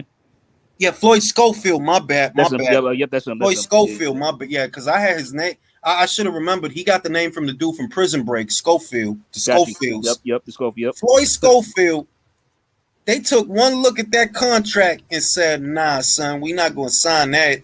That's some bullshit. I'd rather go to Golden Boy than sign that bullshit. That's fucking crazy, bro. And that just goes to show everybody who did sign probably wasn't even reading the fine print. Well, I mean, shit. If that don't tell a story, I don't know what else will. If that don't tell a story, how bad is it? Because it's not like Golden Boy is doing great.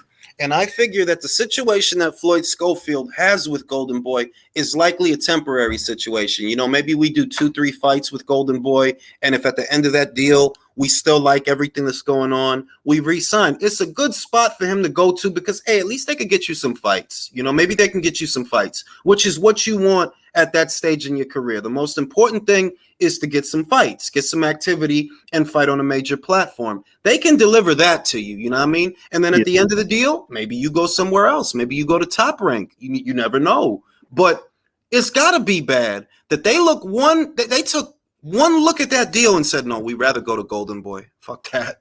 We're not signing this bullshit. Mm-hmm. That's crazy. By the way, it's safe to say I think Jamal Charlo's not fighting this year because he was partying in the club with 50 Cent. I don't know if you saw that vid. Bro, look, I don't know that he really did hurt his back because it could also be that they didn't want to spend money doing a show that nobody wants. Mm-hmm. It could easily be that. Like, what are you gonna sell with Charlo versus Sulietsky? You'll end up spending money just to get this guy out there when it might be cheaper. Look, here's $100,000. Just go get drunk. You see what I mean? Yep. The operational costs of the show, who knows, right? Maybe $1 million, maybe $2 million to do the show. Look, you know what? Here's $100,000. Pay your bills. Go get drunk. It might be a situation like that. Yeah, it's like you don't got to break the bank to show. Yeah, you ain't got to break the bank to pay Sulietsky. You'll probably take $200,000 for the fight, if that. No, because they don't owe Sulietsky a fight. That's the other thing. They're like, hey, Sulietsky, you out of luck, bro. Call Eddie. I don't know. The only one you really have to accommodate, because he is your fighter, is Jermall Charlo. That's the one you have to accommodate. So when you think about that, you could be like, yo, look, if we do the show might cost $2 million or $3 million to do the show. Why do that when, look, Charlo, look, here's $200,000. Go get drunk. Yeah, go have fun. Go party. Go party. Do what you got to do. Go party, bro. Go pay your bills. Get some groceries. Go party, bro.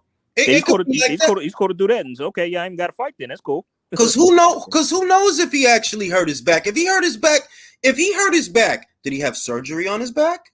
What's wrong with his back? Because every time we see him now, he's in the club. They just say an injury. Like, okay, what was the injury? Be specific. What's the injury? Like, what's going on?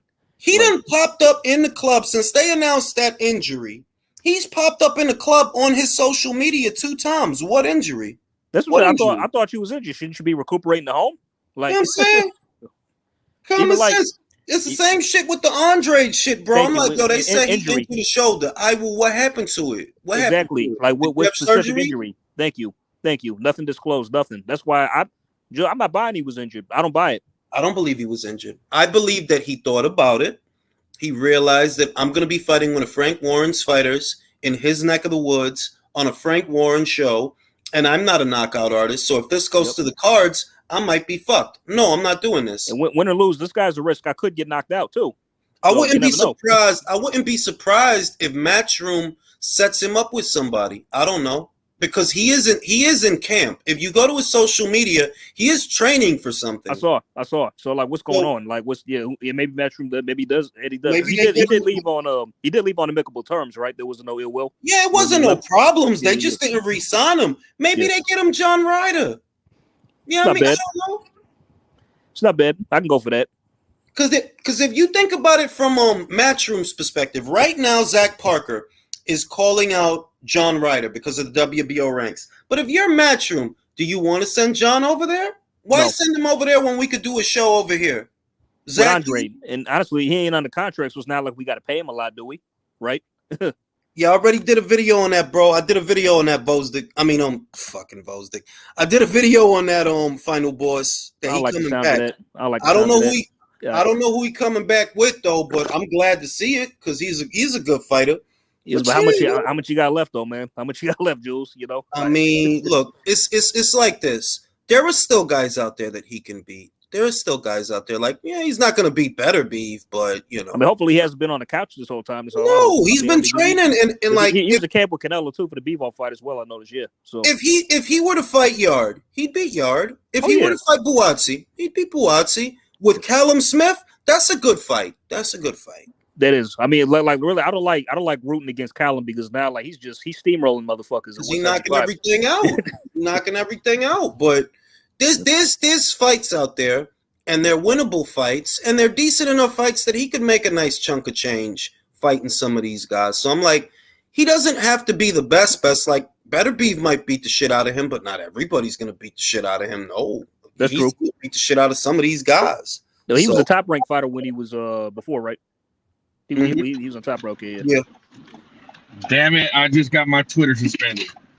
Really, Jules? What'd you do? I've been going back and forth with the forklift dude in Texas. Oh, the dude that always be thirsting over the fat boys. So when I said that shit, go look through my timeline. Me and him go back and forth.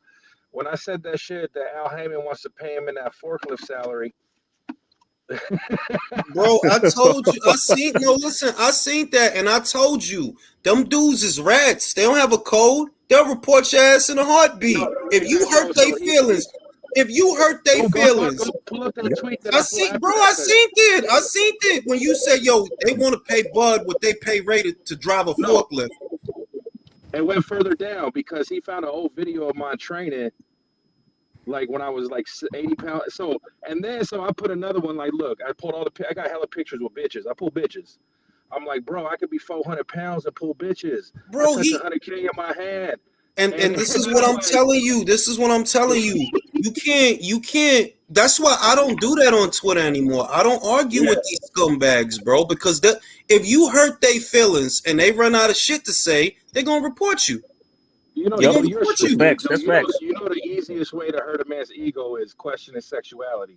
Listen, I heard a dude feeling so bad. He was an aspiring rapper. I listened to his track, and I was just like, I was trashing his shit. This was like 4 months ago. I was like, yo, you fucking garbage, bro. You are fucking trash. And I worded it in a way where you can't do nothing to me. He's like, he's like, I'm gonna report you. Like, he really said that. Like, I'm like, fam, how you gonna report me and you catching bodies in your song? Did I hurt your feelings? Yo, I said, look. I posted the receipts for one live stream and how one live stream that I did was like 200 and change. I'm like, I made more from this one live stream than you made from these garbage ass songs. And that's when he was like, I'm gonna report you. I'm like, all right, go ahead. You could try. I follow all the community guidelines. You can't do nothing to me. I didn't say nothing. I ain't say nothing. I just say you trash. Like, damn, this song is garbage. Who wrote this? You can't report me for that. You know what I'm saying? Y'all know that y'all want to hear a funny story? This made me laugh. Like, all right, next to my house, right, there's like an RV parked. It's been there for like months. And for some reason, it seems to just be getting on my brother's nerves. So, like, I get home from work one morning, right? And he's like, hey, man, that RV was playing a lot of music, bro. Like, I mean, just somebody called the police due to a noise complaint. And I looked at him, I'm like, it was you, wasn't it? And he just started laughing. I'm So like, look, yeah, I called the cops. my first Twitter, I was hitting a lot of nerves. And what they did, they reported that shit. But you can't say nothing that I said is false. It's the difference between the takeover and the ether. Yeah, shit you saying sound good, but the shit I'm saying is true. You see what I mean? And that shit hurt, and you had to report me. And I came right back like a phoenix rising out of Arizona. Woo. Fuck I'm saying? Like, nah, I don't mingle with that trash, bro. Cause what kind of I gotta tell the Twitter police. I gotta tell the Twitter police. I gotta call the police on you. Like, man, I don't mingle with that garbage. Fuck out of here, B. I was But dying. that's the kind of jokes. But that's the But I era we're like in. to, I mean, you know, Capricorn, Jules. You know, Capricorn. Okay, I'll take it in stride. I like to have fun. But I'm a dead shit with the final say. No, I don't even like the idiot, the idiot that has the bad haircut on Twitter, Christopher Marshall, right? He tried to pop up. I'm like, bro, you the same dude that picked Caleb Plant to knock out Canelo. I'm not talking to you. And everybody just started laughing at the mother. Like, I'm not gonna be saying, don't talk to me about nothing, bro. I don't need to talk to you about nothing, bro. I mean, if good. You pick Caleb, you might as well have flushed your money down the fucking toilet. Like, seriously, I mean, like, to win that fight. Like, I don't know what people were thinking, really.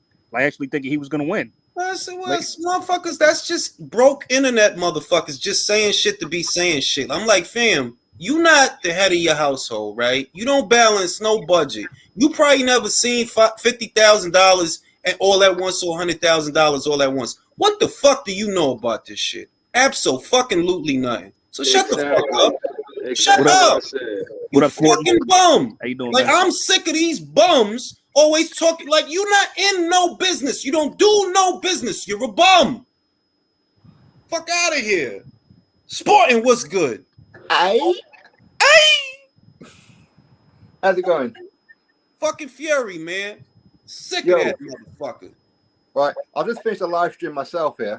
And I had so many trolls, Fury fans, and I invited them all on to debate. Not one turned up, not fucking one. I was so disappointed. I wasted 2 hours of my time. But hey, at least you get ad revenue. Yeah. At least you get the ad revenue. So it's not for nothing. It's not a complete waste of time. It's the same thing I go through, bro. Like, look, personally, I'll be completely transparent.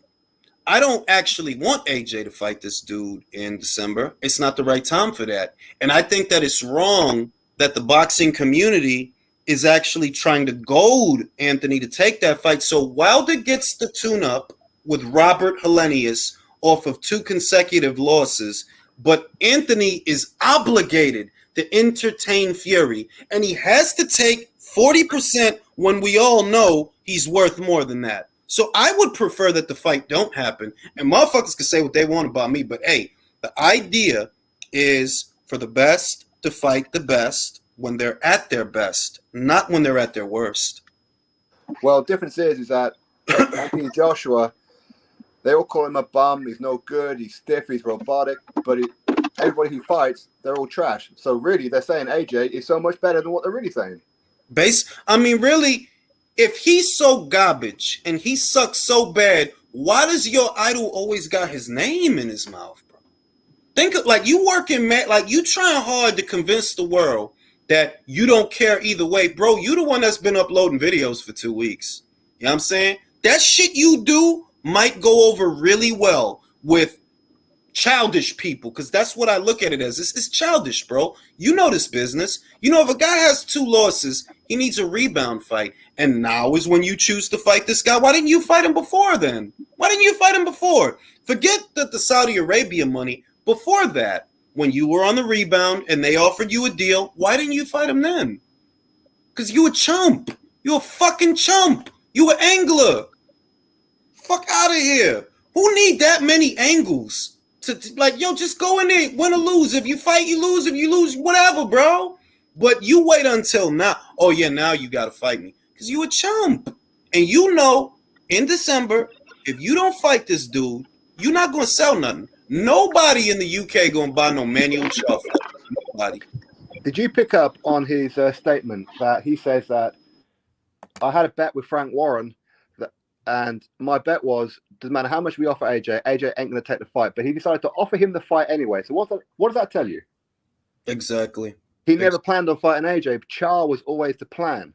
It was always the plan. Bro, Char let the cat out the bag about I'll say a little over a week ago to 2 weeks ago, when he said on his social media, I will see you December 3rd. I'm like, fam, ain't you in the middle of negotiating with AJ? Why does Char think that y'all got to fight?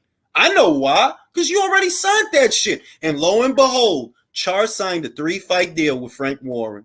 And Didn't one Shane of them Fury fights, say the same thing? Didn't Shane Fury say the same thing?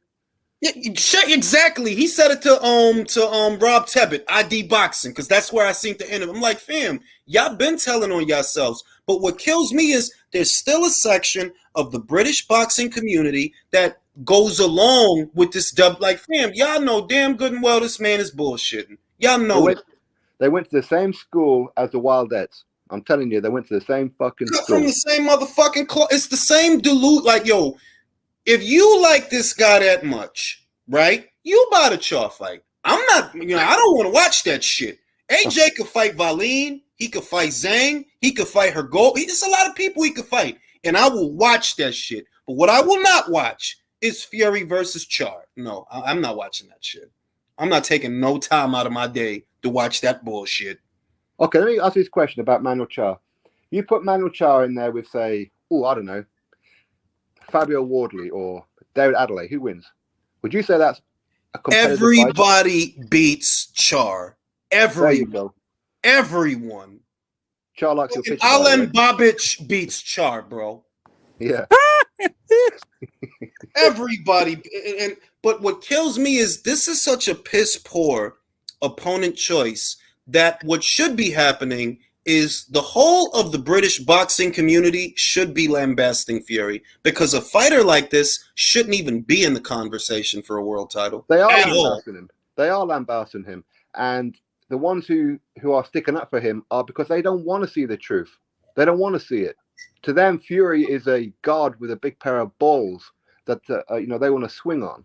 But basically, because that's what I'm glad that Adam Catterall finally came around, because the day before he did that video where he was blasting Fury, it almost looked like he was making excuses for him. And I'm glad that, he came out and he called a spade a spade. Like, listen, bro, if you want to do the AJ fight, just go in the gym, shut the fuck up, and let your team sort it out, bro. Because all this bullshit you doing it's not even necessary. If anything, you're making it more obvious that you don't want this fight, because you're the one that's making it difficult.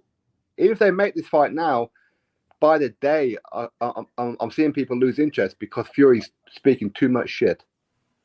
Well, it's because nobody wants to have to go. Like, big fights are not made this way, and everybody in boxing knows it. Big fights don't happen this way, bro. This little campaign that you're doing, it looks more like you're trying to convince people that you wanted to fight whilst walking away from it. Because all these deadlines, you're the one that's setting them. You know damn good and well that, yes, it takes time to work out contracts. Everybody knows that. There are going to be issues. But if both teams are coming to the table and they're happy, like you say they're happy, go in the gym, get yourself ready, because you want this fight, right? Right, so why are you complaining?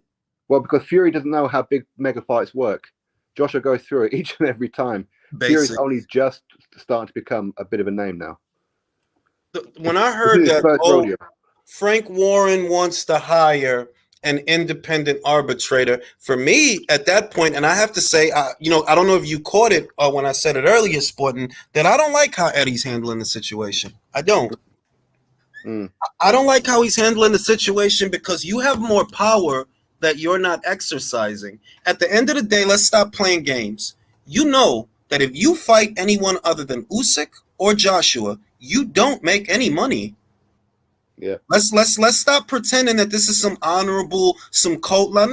Listen, you go in there with Manuel Char the way you say you're going to, you're fucked. Frank is fucked. Bob is fucked. We're fine.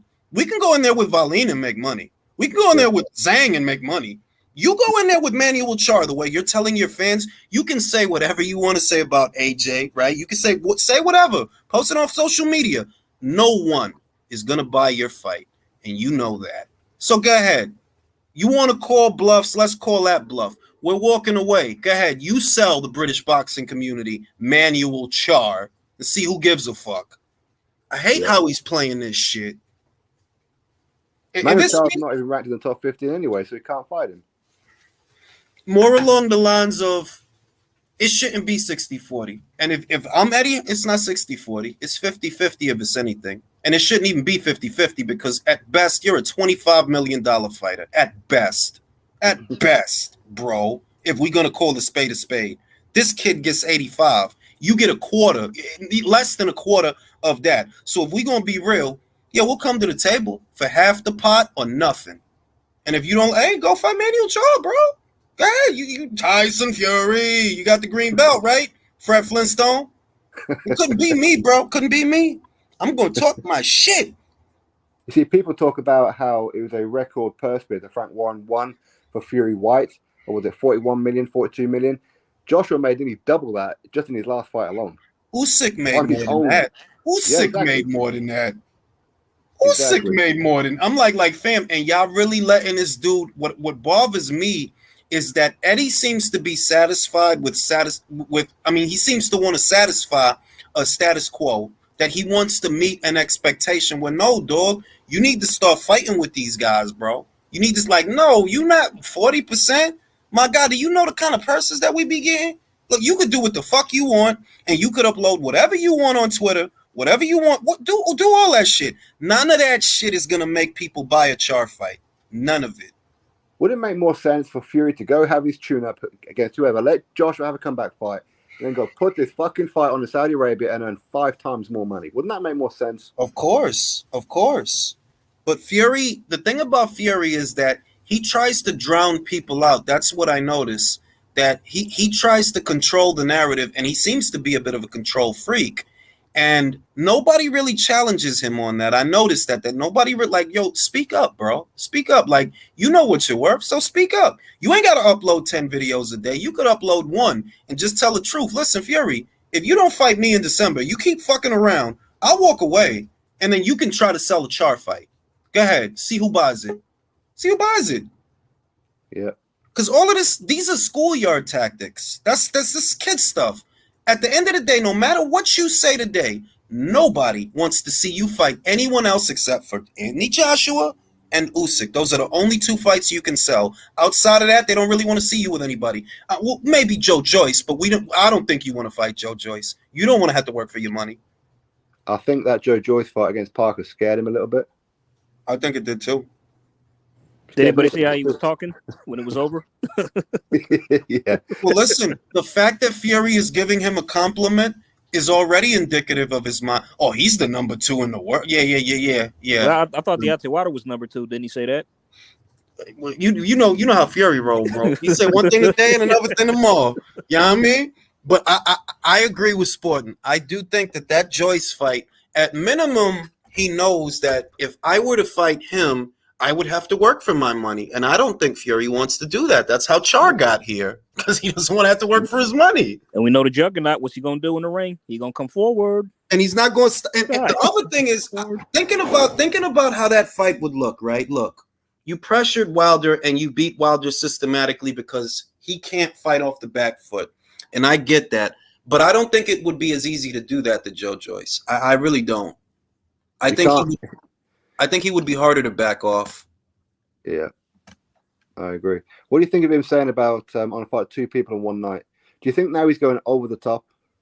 I think he's my honest opinion of Fury is he's mentally challenged, and he says he behaves like a 12-year-old. If you really he behaves like that annoying 12-year-old kid that never shuts the fuck up. Do you think he has ADHD? Maybe. Maybe. I think Boxing Beats and Rhymes said it best. Tyson Fury's been waiting since 2015 to belittle Anthony Joshua. He's been waiting because the public gravitated towards Anthony Joshua and didn't with Fury, and Fury hates Anthony Joshua for it. I believe that Fury has an inferiority complex. Yeah. I believe he's very insecure, because I've said this many times here on this channel, and it's funny, but there's truth to it, that you're not gonna put a mic and a camera in my face and I start talking about Jay's cock or your cock. I wish I had a cock like Sporting. Oh, it's real big. I'm not gonna say that as a joke. I'm not gonna say that. I don't like. Yeah, it was funny at the time, but when you notice, he did it to Francis Ngannou. You got a big Charlie? You got a big cock? Like, they're right near him and everything. I'm dead serious. Like, not even as a joke. Like, bro, I'm not gonna fucking say, boy, I wish I had a real big cock like Ray. Like, what? Why would you think Joshua? I'd probably turn down that fight with Fury just in case he wins it, because there's something about that WBC belt does something to them champions. Wilder can't stop himself fucking twerking. He wants to be pregnant. Tyson Fury he's kissing men at press conferences. Wilder was a different guy before he got the green belt. Stop me when I tell a lie. Yes, he was. Yo, I remember people be like, yo, Wilder was so cool. He was chill. And now it's like, damn, you out here hating all the time, talking about how you want to kill people every day. He popping his ass. He want to catch bodies. He want to get pregnant with technology. He went fucking crazy, yo. There's something about that WBC belt. It's very, very similar to the WBA regular belt. Do you remember when like damn thing was like a hot potato? Every motherfucker was popping for PEDs when they got it. I'm telling you, it's cursed, bro. It's fucking Put cursed. that thing in the ground, bury it 6 feet under. Don't talk about it. It would be the belt with no name. That shit is like Annabelle. That shit is like the doll Annabelle. It's evil spirits. It's evil dark spirits in that belt, bro. They're going to want you to get pregnant. They're going to have you asking about people penises. It's fucking wild out here. But on some real shit, I really do believe it's just like Beat said, and I agree. He said it better than I did, better than I've ever heard it, that dude has been waiting since 2015 because he's always resented Anthony Joshua for getting the love that he didn't get. He beat Vladimir and no one gave a shit. But why? It was an awful That was the worst fight I've ever seen. Fight. Oh, God. It was an awful fight. Nobody goes back to watch that shit. Atrocious fight.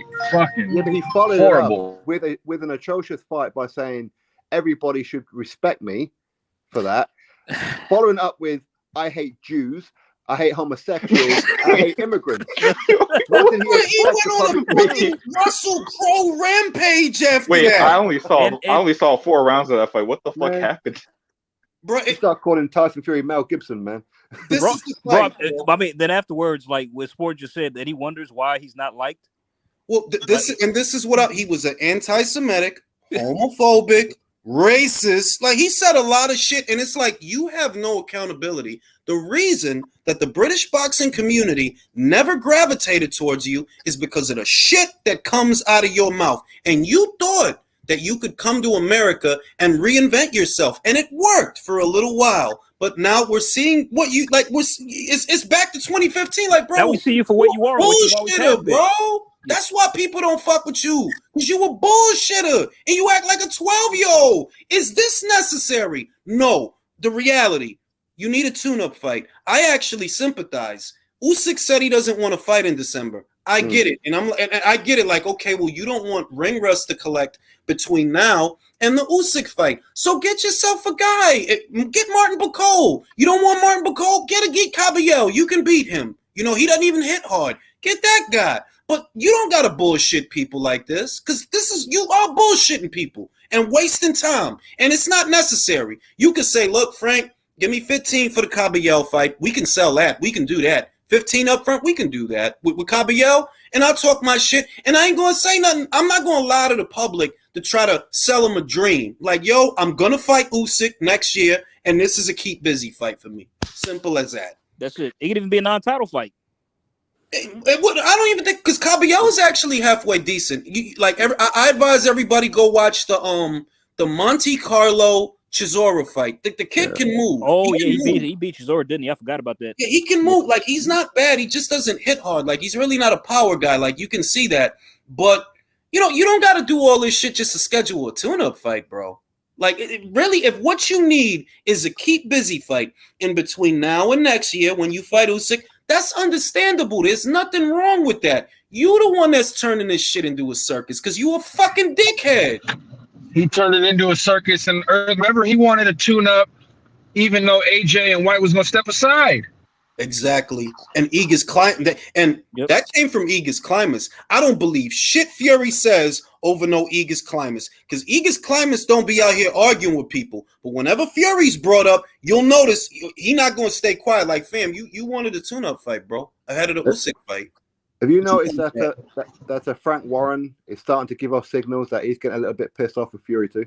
Of course. Look, the situation now is the environment that Fury created, BT Sport as a platform, they want this fight because Fury, dumbass, made them think they could get it when he probably doesn't even really. I don't even know. Just like Mark said earlier, I don't know if he really wants it because he's doing too much. Like, fam, all you got to do is go in the gym, get ready for AJ, and shut the fuck up. And you can't do that? And stay off fucking social media. I mean, can somebody tell him that, please? He's like a fucking child.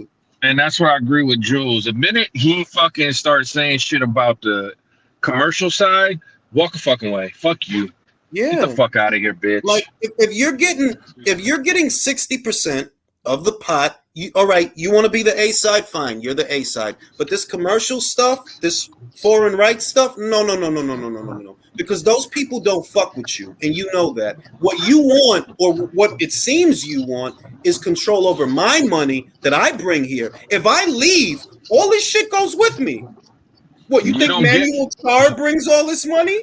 He mad. He wants some Hugo Boss, Under Armour, Range Rover, Beats money. I'm sorry, you cannot be a Hugo Boss spokesmodel, Fury. I'm sorry. Nope. Wait, Fury. Because that's what it was. That's really what it is, Joe. Okay, I'm getting 60-40 in the pay-per-view. Then how's this Dosser still making $100 million?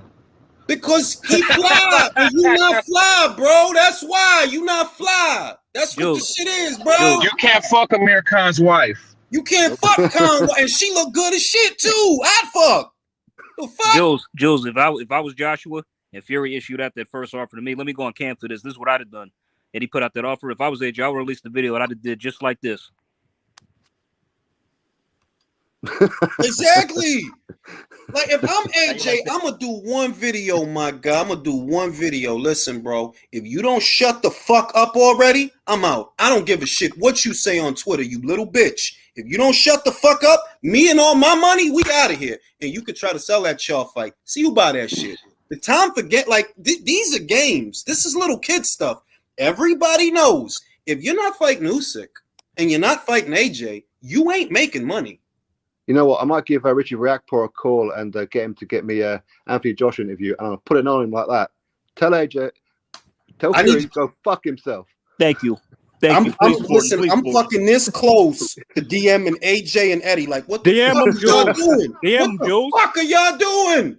DM Jules, what's the worst thing he'll do? Not respond? What's the worst thing he'll do? Not respond?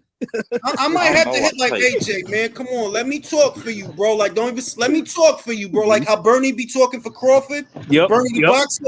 Let me talk like Fury. You not gonna sell shit, you fat bitch. You're not gonna sell nothing. Exactly. He need that. Who do you think want to pay to see you fight Manuel Char? Go ahead and do that fight. We out of here, bro. We're gonna be in Dubai. We're gonna get hands. We're gonna touch these oars, and that's it. And you can fight Char. Well, speaking of, they need to tell him that because, like, fucking even Alicia knows how you feel. Alicia, relate a message to Eddie for Jules, okay? Well, I might have to like, yo, look, get Eddie to call me, and I need to talk to him. Like, bro, Alicia, you playing this all wrong, bro. You playing this all wrong. Like, y'all got all. You have all the leverage in this situation, all of it. Why? If you leave, if you don't do this, you're not going to lose fans. Everybody's waiting for you to come back. Everybody's waiting for you to rebound. They don't even care if it's Zhang or Valine. They waiting for you. So if you walk away from this because it's inconvenient or because underneath it all you feel he's wasting your time, nobody's going to hold it against you. Only Fury's retard fans. That's the only ones that's going to be complaining. Gareth Davies, Big Daddy Buns, and you old motherfuckers. Nobody give a fuck about y'all. And that lineal guy. Whoever that lineal dude. Yo, that dude is what lineal dude? All right, it's a dude on Twitter, right? Basically, he attempts to be the record keeper for lineal statuses in all of boxing throughout all the weight classes. And I saw him yesterday, like, oh, Clarissa Shields is still lineal. Look, bro, here's reality. And I don't say this to knock her, Clarissa hasn't fought as a junior middleweight since the DeCare fight. That's over a year ago. Of course they took her ring belt. One of the stipulations of the Ring Magazine belt is you have to defend it. I believe it's either against a top 5 or a top 10 every 18 months. Well, you haven't done that. Not as a junior middleweight. So yeah, they had to take it back. You can't just hold on to it while you're up there at middleweight. That's not how it works. And it's not a knock on her, but it's like, come on, be like, something gotta give. Not everything is a crime. Not everything is a travesty. Some shit is just simple. They took your belt because you're not campaigning as a junior middleweight right now. That's all it is. And what does Lineal do? Bootlicking. Clarissa Shields is still the Lineal. You're like, man, you don't get the fuck out of here, bro. Motherfucker posts every day that Fury Lineal. So, nope, he could be Lineal. He could be super duper ooper Lineal. He could be Super Saiyan Lineal. That still don't sell a Manuel Char fight. Yeah. Nope. This is what I said, Jules, okay? That even if you believe in your heart of hearts and you blame Anthony Joshua, Eddie Hearn, it's their fault, they ducked, it's still not a fucking good excuse for him to fight Manuel Char. You can't justify this shit. There's 100 other heavyweights out there that I would choose over Manuel Char. Why are you justifying Manuel Char? Joe Joyce is on Twitter. Yo, what's rocking? What is rocking? That's a quick turnaround for Joe, but he ain't complaining. Fury, you ain't fought since like March. Go in there with Joe Joyce. You know what I'm saying? Like, look, I don't know how big or small the pay-per-view would be, but it would be better than Manuel Char. I do think Fury versus Joyce at the box office in December does better numbers than a Char fight. And it's an in-house fight. So no fuss, no muss, no broadcast rights, no DAZN, none of that. Go ahead, Fury.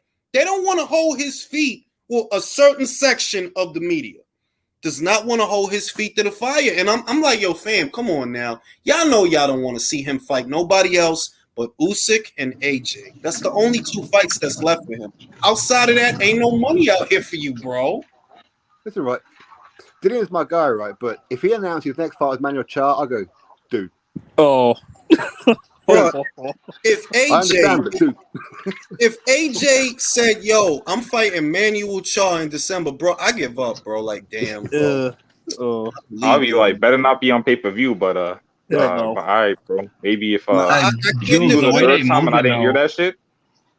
You got the way they Michael moving- Hunter. Michael Hunter is out here without a fight because of the That's an Huey Fury excellent fight, shit. actually. Hello, yeah. Have him Postponed. fight somebody else. Have him Fight Michael somebody else. Hunter, bro. Yeah.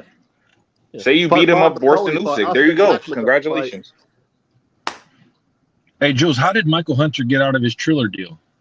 I think it ran out, honestly. I think Oh, it was okay. only a 2 to 3 fight deal. It couldn't have been more than that. And he fought the Luke Wilson guy and Jerry Forrest. I think it couldn't have been more than a 2 fight deal. It couldn't have You been know more. who's still signed with them, and I'm pissed off that they even went with them? The Vargas brothers, the Vargas boys, Fernando's I mean, son. yeah, Oh, but shit. because I'll tell you what, because they're in the early stages of their careers, it's an okay temporary situation. You see what I mean? That it's a temporary situation. They're not in the stage of their careers where they're fighting for world titles. You know, they're in the beginning. So it's okay, bro. You had a couple of fights. It's okay on Triller. So for now it is, you know. Later on, you need to get with somebody real.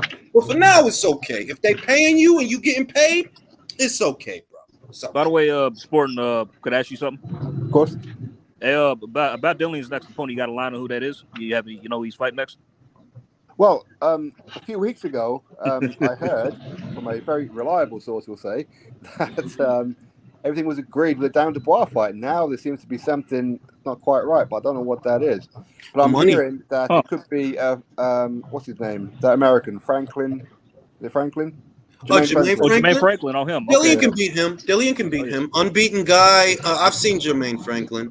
Unbeaten guy. It's like I would say that Jermaine Franklin is a cut above Trevor Bryan. He's a cut above Trevor Bryan, Okay. but he's not. He doesn't have the ceiling of a Jared Anderson. I would say that. Oh, all right. He's in between it. Like it's not. It's really not a bad choice, especially for a dude that got knocked out in his last fight. But I don't have illusions about Jermaine Franklin either. Yeah, you're a little better than Trevor Bryan, but you don't show me what Jared Anderson shows me. So it's, you know. And this Franklin guy, he's not really a puncher though, is he? Nothing Yeah, like I that. mean, he can punch at a certain level. I mean, if he fights Franklin, let's just pray he doesn't land an uppercut. Yeah. If you want, right? No. Let me read the super chat. Napoli says, "Are you gonna interview Natasha Jonas in the build-up?" I'm gonna try to. I'm gonna fucking try to. Fucking love some by the way, Natasha Jonas. You know, the Natasha thing Jonas. that's surprising me with Crawford the most, that man, I think that why Spence don't want it, that man's willing to take no money up front to just beat your ass. Yeah, I was mentioning about that. And he's But scared of that. That's how confident he was. That Natasha Jonas, it seems to have gone under the radar. That's on November the 12th at the Manchester Arena, the AO Arena. The exact same venue, the exact same date that Ricky Hatton's having his exhibition. At the exact same time. Oh. Well, So you know what I'm gonna see Ricky Hatton. You know what I'm gonna be watching. I love some Natasha Jonas, so I love to watch her ass. Motherfucker ain't got to tell me to watch some Natasha Jonas. Like, so. Tasha, she getting it in this year, bro. Man, getting it in. Well, I mean, look, the way that I got to give it to Benn, because I honestly believe, and it's not a knock on Eddie, but this is what I believe. If she were still at Matchroom, she wouldn't be where she is right now. I agree. And it's not because she doesn't have the ability. It's because I don't feel like they were giving her the priority. They were treating her like she was just an opponent for other people. And Benn, he's doing a great job. He's making her a priority. She's a bona fide A-side. Everybody fucking likes her. Everybody likes to look at her. And everybody likes to watch her fight. So I got to give it to Benn Shalom. Benn Shalom. Because Jules, like, it's funny you say that because, like, I think that, like, after the Harper fight, she felt hard done by. That's why she left. Well, it's not just that. It's that Matchroom was offering her things to where, like, she was just like an opponent. You know, like an opponent for Terry or an opponent for Katie. Oh, yeah, but it's like, you're not giving me a career path and you're not making me a priority. Sky gave her a deal to where she can make money without fighting. She could get commentator money. And they treat, like, I like how they're treating her personally. I think she made the right decision because I'm like, me too. Would Eddie have situated things this way? And I'm like, no, Eddie has a full plate, to be honest. So it's kind of easy to get lost in the sauce when he has all these different fighters that he got to accommodate. Because now let's say like we get a got that super Jonas chat. Harper rematch at 154. Like I say Natasha's the A side, wouldn't you? Or like, would you say that? Or because if she beats based DeCare, on the number of belts, because I think she's going to beat DeCare. I do think she's going to beat DeCare. Who Mike is that? Ain't me. Not guilty. Not guilty. I can't remember a situation when a champion is so desperate to fight an opponent coming off 2 losses. It's unprecedented. Unless someone... I can't either, bro. Yeah, I can't. Fury is really acting. He's trying to gaslight the whole world that AJ... Bro, you need AJ to sell. You're not going to sell with no... If Usyk is out for the rest of the year, who you going to fight that's going to get you money? Now, it's people to fight, but because you don't want to work, they're out. Because you can fight Michael Hunter. You can fight Martin Bacoli. I would love Bacoli versus Fury. I would love it. Bacoli needs a fight. Why can't we get more Martin Bacoli? He beat the shit out of Tony Yoka. Where is he? Martin Bacoli versus Joe Joyce. What do you think? Oh my god! Oh my god! Go Joe Joyce. Somebody's going to the hospital. That's not that hard for me. I'm not gonna lie. I don't know, bro. Every time he hit Tony, it was like Tony would try to get some shit going, and Martin would just slap him like, "Bro." Dude, it's like he broke something. It's like he literally broke something every time he hit him. He would stop him like he'll try to throw his shit and he'll just be all fucked. I'm like, y'all, we need Martin Bacoli on Sky Sports. Why can't we get that? And by the way, shame on the piece of shit judge who actually tried to rob him in that fight by scoring in the draw. Fuck that dude. It was crazy. Tony got dropped 2 times and got lost the shit beat out of him for every round. And that motherfucker had it a draw. That's crazy, yo. But there's always one. Always one. That's right. How y'all liking the build up for Benn Eubank? Oh, I love it. Yeah, it's great, right? Chris is hilarious. Chris is a funny motherfucker, but I mean, I still want Benn to win, though. I still want Benn to win. Oh, that 60% T-shirt, he had me dying. You know what he's doing, right? You know what Chris Eubank Jr. is doing? He's saying to Conor Benn, "I'm going to beat you at 60%. What do you think I would do at 100%? That shows how beneath me you are." And I get that, but do we really like being honest? At 157 pounds, right? You know that could be a hard cut for Chris. How confident are you, Sporting, that he can pull it off? He can. I mean, it's not 157 pound. It's the rehydration clause. Oh, That's the real kicker. Yeah. That's dangerous, and I'm surprised the British Box Border Control are allowing it. To be honest. I mean, I'm glad. I'm happy about it. Like, I want him to be so fucking drained, bro. I just want him to look so finished at the weigh-in and gone. I can't wait, bro. I can't. Well, Jules, you have it out for him since he lost his pen against Triple G. Because he on some Herb shit, bro. Like, bro, all right. Look, you didn't want to fight a prime Triple G. I get it, but you another contributor to the stagnant middleweight division because you didn't try to fight Andre. It's like, bro, you not trying to fight shit, bro. You trying to fight a welterweight. So I hope he whoop your motherfucking ass. I want to put this out there, right? Because I've been feeling it in my bones for a little while. Ever since Chris Eubank Jr.'s dad, Eubank Sr., was threatened to pull Jr. out of the fight, I've had this feeling about him that if at any point in this fight Jr. looks hurt or he starts to fatigue, I'm expecting that towel to come in. I'm expecting it. Sport. I thought about that too. That's so funny you said that. It's like, yeah, I thought when he started talking about how his dad was getting cold feet at the Good Morning Britain, whatever. It's like, what if his dad throws the towel in if he feels he's getting hurt? Amen. I'm going with Conor. I already said that. I don't care what happens. Conor Benn, he's gonna do it. He's gonna do it for me. He's gonna do it for you. He's gonna do it for us. Conor Benn. Jules, that's official. You picking Conor. You got him. I'm picking Conor, bro. Fuck. Oh hell yeah! I picked Conor the minute this fight was announced. He's gonna be a star. Hold on, how bad is the weight cut? Well, it's not just the weight cut. Well, the rehydration. How bad is it? I think, what did they say? He can't rehydrate more than 5 pounds? Was it 10? I thought it was 10. Never mind. Now, 10 is the IBF, I think. It's 165, I believe. So it's 8? Is 8 right? So it's 8 pounds. Is 8? Yeah, okay, 8 pounds, okay. That's good. I hope he's fucking drained, bro. I hope all his punch resistance is gone. Well, I keep having flashbacks of Conor Benn versus Cedric Paynard, and I'm wondering if Chris Eubank Jr. hits him, I think he stays hit. I do. I mean, being serious, look, Chris, and I've said this, I've always given him this much. He is a good physical specimen. I've seldom ever seen him tired. I've seldom ever seen him hurt. I know that he can punch because he dealt with Yildirim much easier than Anthony Durrell did at 168. He knocked that right out. Unbeaten Yildirim, yep. So, he's a good physical specimen, but he's just such a fucking annoying guy. Like, fucking annoying, bro. Like, please fight someone. I like how he's winding up Conor Benn. Me too. It's funny. Like, was Junior always like this throughout his career? Like, did his dad do all the talking usually? Mostly, yeah. Okay. I mean, because like if that's the case, he should have done this shit like a long time ago. Like he's entertaining as hell. Hey, Jules, what's the next episode of the relay on? Well, I wanted to break down Floyd Schofield bit by bit what his father said about the contracts and how that impedes the fighter's autonomy. That's what I was going to do the next episode. That's going to be a good one. That's what I was going to do it about. I was just going to I would play the video, then you know how I normally pause it in the middle of the video and say some shit.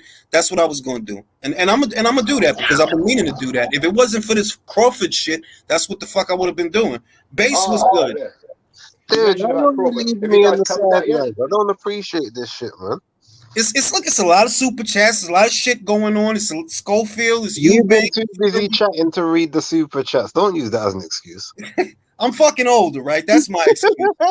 But fucking Fury, man. Have you all covered the Terence Crawford thing? I've seen the post by Mike Coppinger earlier on today. Well, I talked about that and how basically it's confirmation of what I already knew, that Spence is not a cash cow, and nobody can you can't say that this guy is a cash cow of any kind when Crawford isn't even guaranteed any money. When have you ever heard of a cash cow that cannot give a guy a guarantee? Well, this is the thing. I don't get why Crawford's willing to take even less money than the rumored 30% without a signing on fee or anything like that, a guaranteed fee. And this is a 3-weight world champion, undisputed, champion. Why is he B-side to Errol Spence Jr. anyway? Because he wants to whoop that ass. That's why. That's what I was. Yeah, bro, he's tired of this shit. I saw that. I heard you guys say that, and it was like 35%. I was like, damn, I might need to go there just so I could catch Errol's head when it gets punched into the audience. Well, listen. The other angle of it is maybe it's all a play to expose him. I mean, I'm not gonna, I'm going out on a limb saying that, but I'm like, you're really agreeing to no money down, 35% with no transparency, or could this be a ploy to expose them? It possibly could be. It's just hard to imagine that anyone would agree to that. That you're not going to get any money up front and what's supposed to be the biggest fight of your career. Like, he got $6 million up front for Sean Porter, but he can't get any money for Spence. Wait, no money up front? Are we saying he took a Kovalev deal? Bro, he got a Kovalev contract. That's what they offer him. Oh shit! And at least Kovalev got piece of the gross. They're asking him to get piece of the net. Bro, like I said, and he wants to look at the books, likely because he wants to know what the operational costs are going to be. They're like, okay, well, how much of this is going to cut into my profit? And the hang up, at least according to Mike Kopinger, is that Al don't want to give him full transparency. Come on, that's some greasy ass shit. The man's not even taking money. That's right. So when you think about that, it's like, yo, dog, you got a dude that's willing to take a dick in a booty deal, right? He's willing to take the dick in the booty deal, and you don't even want to show him the books? What are you hiding? And what is it that Anthony Joshua's asking for? To see the books. That's what he's asking for. And you know who's quiet on all this now? Espinosa. He don't know if he's gonna act like a promoter or. Yeah, what's he got to say? What's he got to say about all this? Man, he been radio silent since that shit broke. Since that news broke. But I'm gonna say this: Spence and Crawford, is that supposed to be on Showtime or is that supposed to be on Fox? Yeah, when network picked it up? That's a good question. Yo, that's Sulem Urbina. Hey, you better click this link. I'm sending her a link. Click the link, Sulem. We gotta talk shit. There's a lot of stuff going on. We gotta talk shit. In your heart of hearts, do you think Fury Joshua happens next or not? To be honest with you, no. To be honest, I'm like, this is the thing. Take Joshua's pride out of it and take Eddie Hearn dealing with this the way he's dealing with this. If I'm Joe Markowski, this fight doesn't happen. No way. I know the commercial value of Anthony Joshua. I see the books. I know what he generates, and you will not have access to him under these circumstances. No. Period.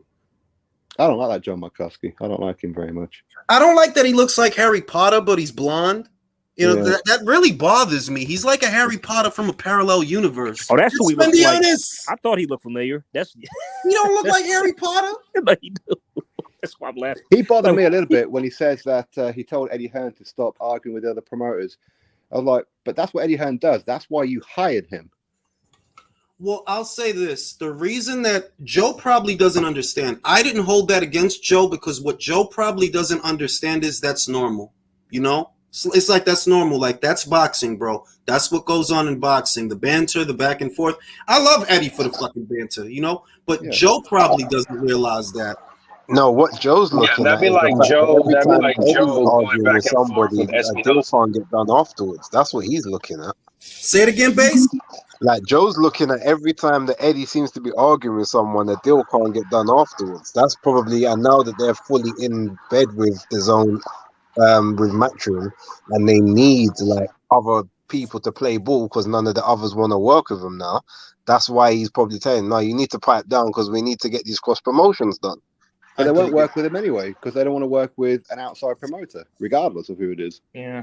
But maybe Joe tells himself this isn't helping the situation. So he's like, Eddie, please stop arguing with these people. Like, we don't need more enemies. We got Showtime. They don't like us. Fox don't like us. ESPN don't like us. Sky don't like us. BT don't like us. Please, Eddie. Please. He should just use his witch powers to mind control Eddie. But this is Joe not knowing how the business of boxing works. But like you said, Joe's busy doing other stuff. That's why he don't have time to go back and forth with Steven Espinosa.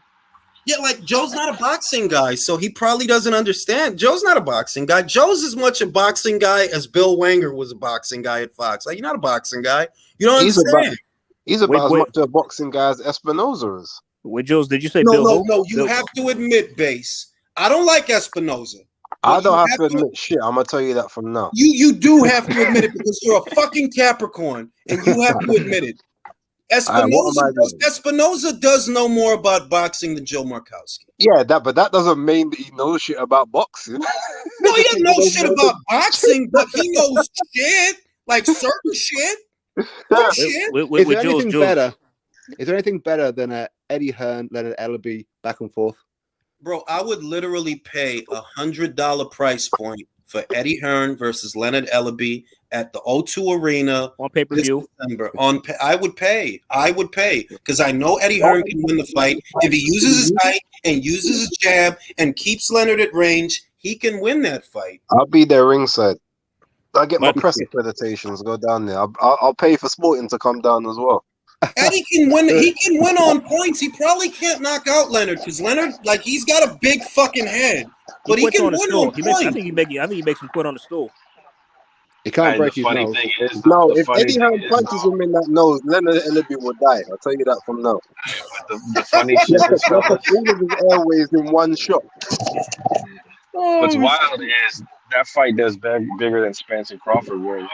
You think it wouldn't? Yeah, probably. Think it wouldn't? Tell the British boxing community Eddie Hearn is fighting. Bro, people will go nuts. People will die. It'll be like the fucking Beatles, bro. Tell them Eddie Hearn is fighting in December, bro, against Leonard Ellaby at the O2 Arena. I honestly thought that whole thing between Jake Paul and Eddie Hearn, I thought that maybe there's some kind of angle that them two are going to have a fight at some point. I mean, the lawsuit has been filed for what it's worth. The lawsuit it has been filed, so there must be some seriousness to it. 100 million though, Jesus. Well, it's more like a scare to me. It's more like a scare tactic. Like, bro, you're not gonna get $100 million out of Jake. I think honestly, like if the lawsuit gets tossed, Eddie won't care because it's kind of like a warning shot. Like, that's what it feels like a warning shot. Like, bro, stop playing with our name. Stop playing with our brand. Like, you a tourist. Yeah, like you a tourist in boxing, bro. Chill, all right? Because we do this. All Eddie Hearn wanted Jake Paul to do was retract it, and Jake Paul refused. You get a less than 100 million? I'm retracting like a motherfucker. I'm sorry. I didn't mean it. I was joking. Well, I'd have been on a plane to Manchester just to shake Eddie's hand on camera. I'm sorry. I'd have gave him a hug. Sorry. I'd have gave him a hug. My bad, bro. I'm sorry. Like, I never do it again.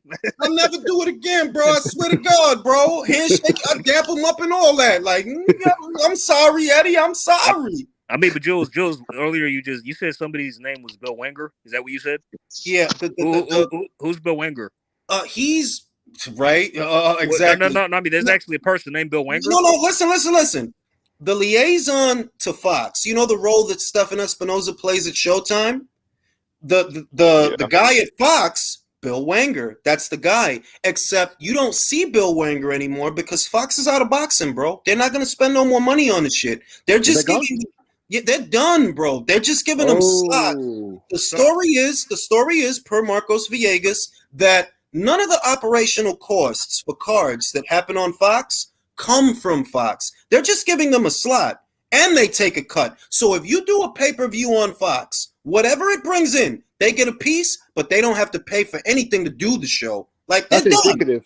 That's indicative of how bad the PBC shows are then. Trying to tell you. And let me come on cam for this. So his name is Bill Wenger. Bill Wenger. Wang. Huh. Okay. Wenger. All right then. Wenger. Redheaded. I did a couple of videos on the guy. And Bill, it seems that Bill caught on very fast because in the beginning you were starting to see a lot of the guy. Like he would come out, talk about the PBC shows and how they were going to have premium content, all that stuff. But it was after 2019, circa 2020, you didn't see him no more. You didn't hear from him no more. He wouldn't advertise PBC shows no more. Obviously, they're not happy because if they were happy, they'd be renewing the deal. This is supposed to be the last year for Fox and boxing. That's the rumor. I'm just telling you what I see. That's the rumor. This is it. But yet the PBC fanboys say DAZN is the one that's going to collapse and all that kind of shit. It looks like their empire is collapsing. I mean, tape it for one. Party of Wank for Wenger. We got Steve Kim in the building. Steve Kim, everybody, round of applause. Yeah, just like a random applause effect on your panel. To be How you honest. doing, man? Well, hey, That's- fellas, anything going on? Well, No, not much. well, listen, Steve, I know you're not going to believe this, but the Crawford versus Spence negotiations have hit a snag. What? No. All right, now, let's go back to the history. Julius, didn't I tell you, and I sent you some visual proof via email from a screenshot, when this fight was first, quote, unquote, announced, I said, I had an impeccable source who said, Steve, not true. Not true, right? I sent it to you, and I sent it to our guy, Julius, Coach Malachi Williams. I just wanted you guys to know, don't go overboard on this. I'm being told differently. Did I not? And you still Yep. have that email. Okay. That was weeks ago. Yeah, that was weeks ago. Yeah. So then we go through, and then I told you at the end of August that I was hearing good things, that, hey, I think there's actually hope. So I said, okay, look, I never got into it. I'm kind of out of the whole news breaking business. I just now anger people on Twitter and really anger a lot of people with Jason Whitlock on Fearless. But that's my thing. And I do an occasional thing here or there. But once Dan and Raphael and Mike basically had reports at the beginning of September that, hey, we're closing in on a deal, I said, okay, I trust them. They have good sources. But when it was the weekend after the Golovkin-Canelo fight, and there was like this eerie silence, I said, what's going on? Now, let's go back a few days ago. Julius, didn't I tell you via Twitter? I said, hey, I don't expect Spence-Crawford to happen in 2022. I gave you the heads up on a DM. Yep. And I put it up the next morning. There's going to be some news that boxing fans are not going to be happy. And I think everyone kind of knew what I was alluding to. And then Coppinger had to kind of do a mea culpa today. Guys, I've said this for a few years. And I said this after Terence Crawford fought Kell Brook. I asked everyone on Twitter, what do you think a potential Spence-Crawford fight does pay-per-view wise at, let's say, $80, because that's the standard price? And everyone said below $500,000. And I said, then that's a problem, because both guys are going to want 10 at least. Yeah.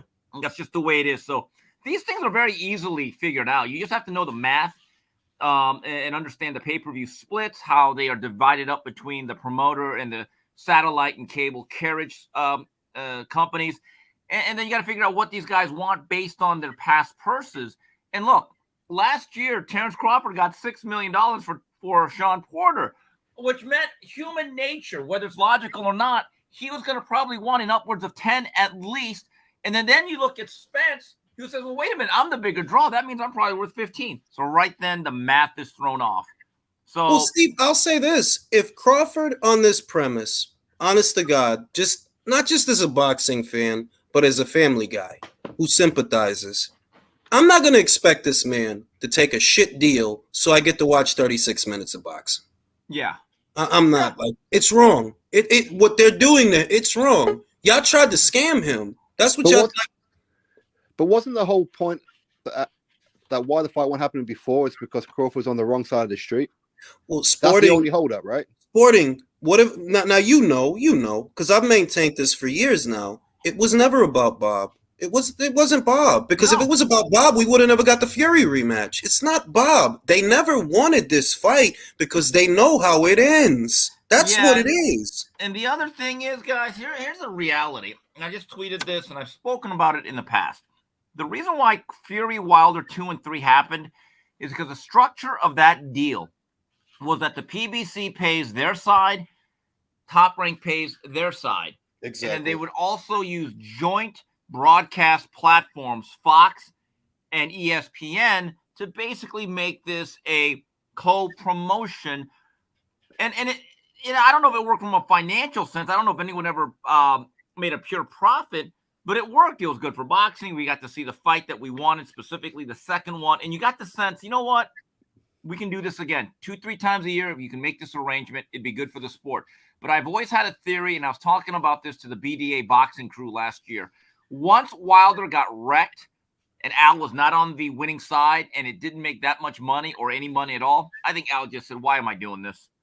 Well, I mean, that's the point, that if you're Al Haymon and you orchestrated a co-promotional situation where your pony in the show got the shit kicked out of him, right? And you didn't make any money. Why the hell would you want to do that again without any assurances? Now, my thing is, okay, look, you know how this ends for Spence, but it shouldn't be about Spence. It should be about the show. That, look, let's do this Crawford-Spence fight, right? Moderate operational costs, and this Spence fight and the ass kicking that he's about to receive will be the build-up for the Charlo fight. Crawford said, I want to move up in weight after this fight and take on Jermell Charlo for undisputed, so I can be undisputed at 3 weights, and you build that, you know what I mean? Because look, Charlo beats Tim Tszyu. I like Tim Tszyu, but he's supposed to be fighting Tim Tszyu early next year. That's his mandatory by way of the WBO, He beats that guy. If they fight in January, yeah, he beats him. Tim's not ready for that fight. And the focal point is undisputed versus undisputed. I'm sorry to say, the season is over for Errol. It's over. You didn't do the Pacquiao fight. You didn't get to make a boatload of cash from the Pacquiao fight. You haven't been doing the same buys with Errol since the Mikey Garcia fight. The season is over.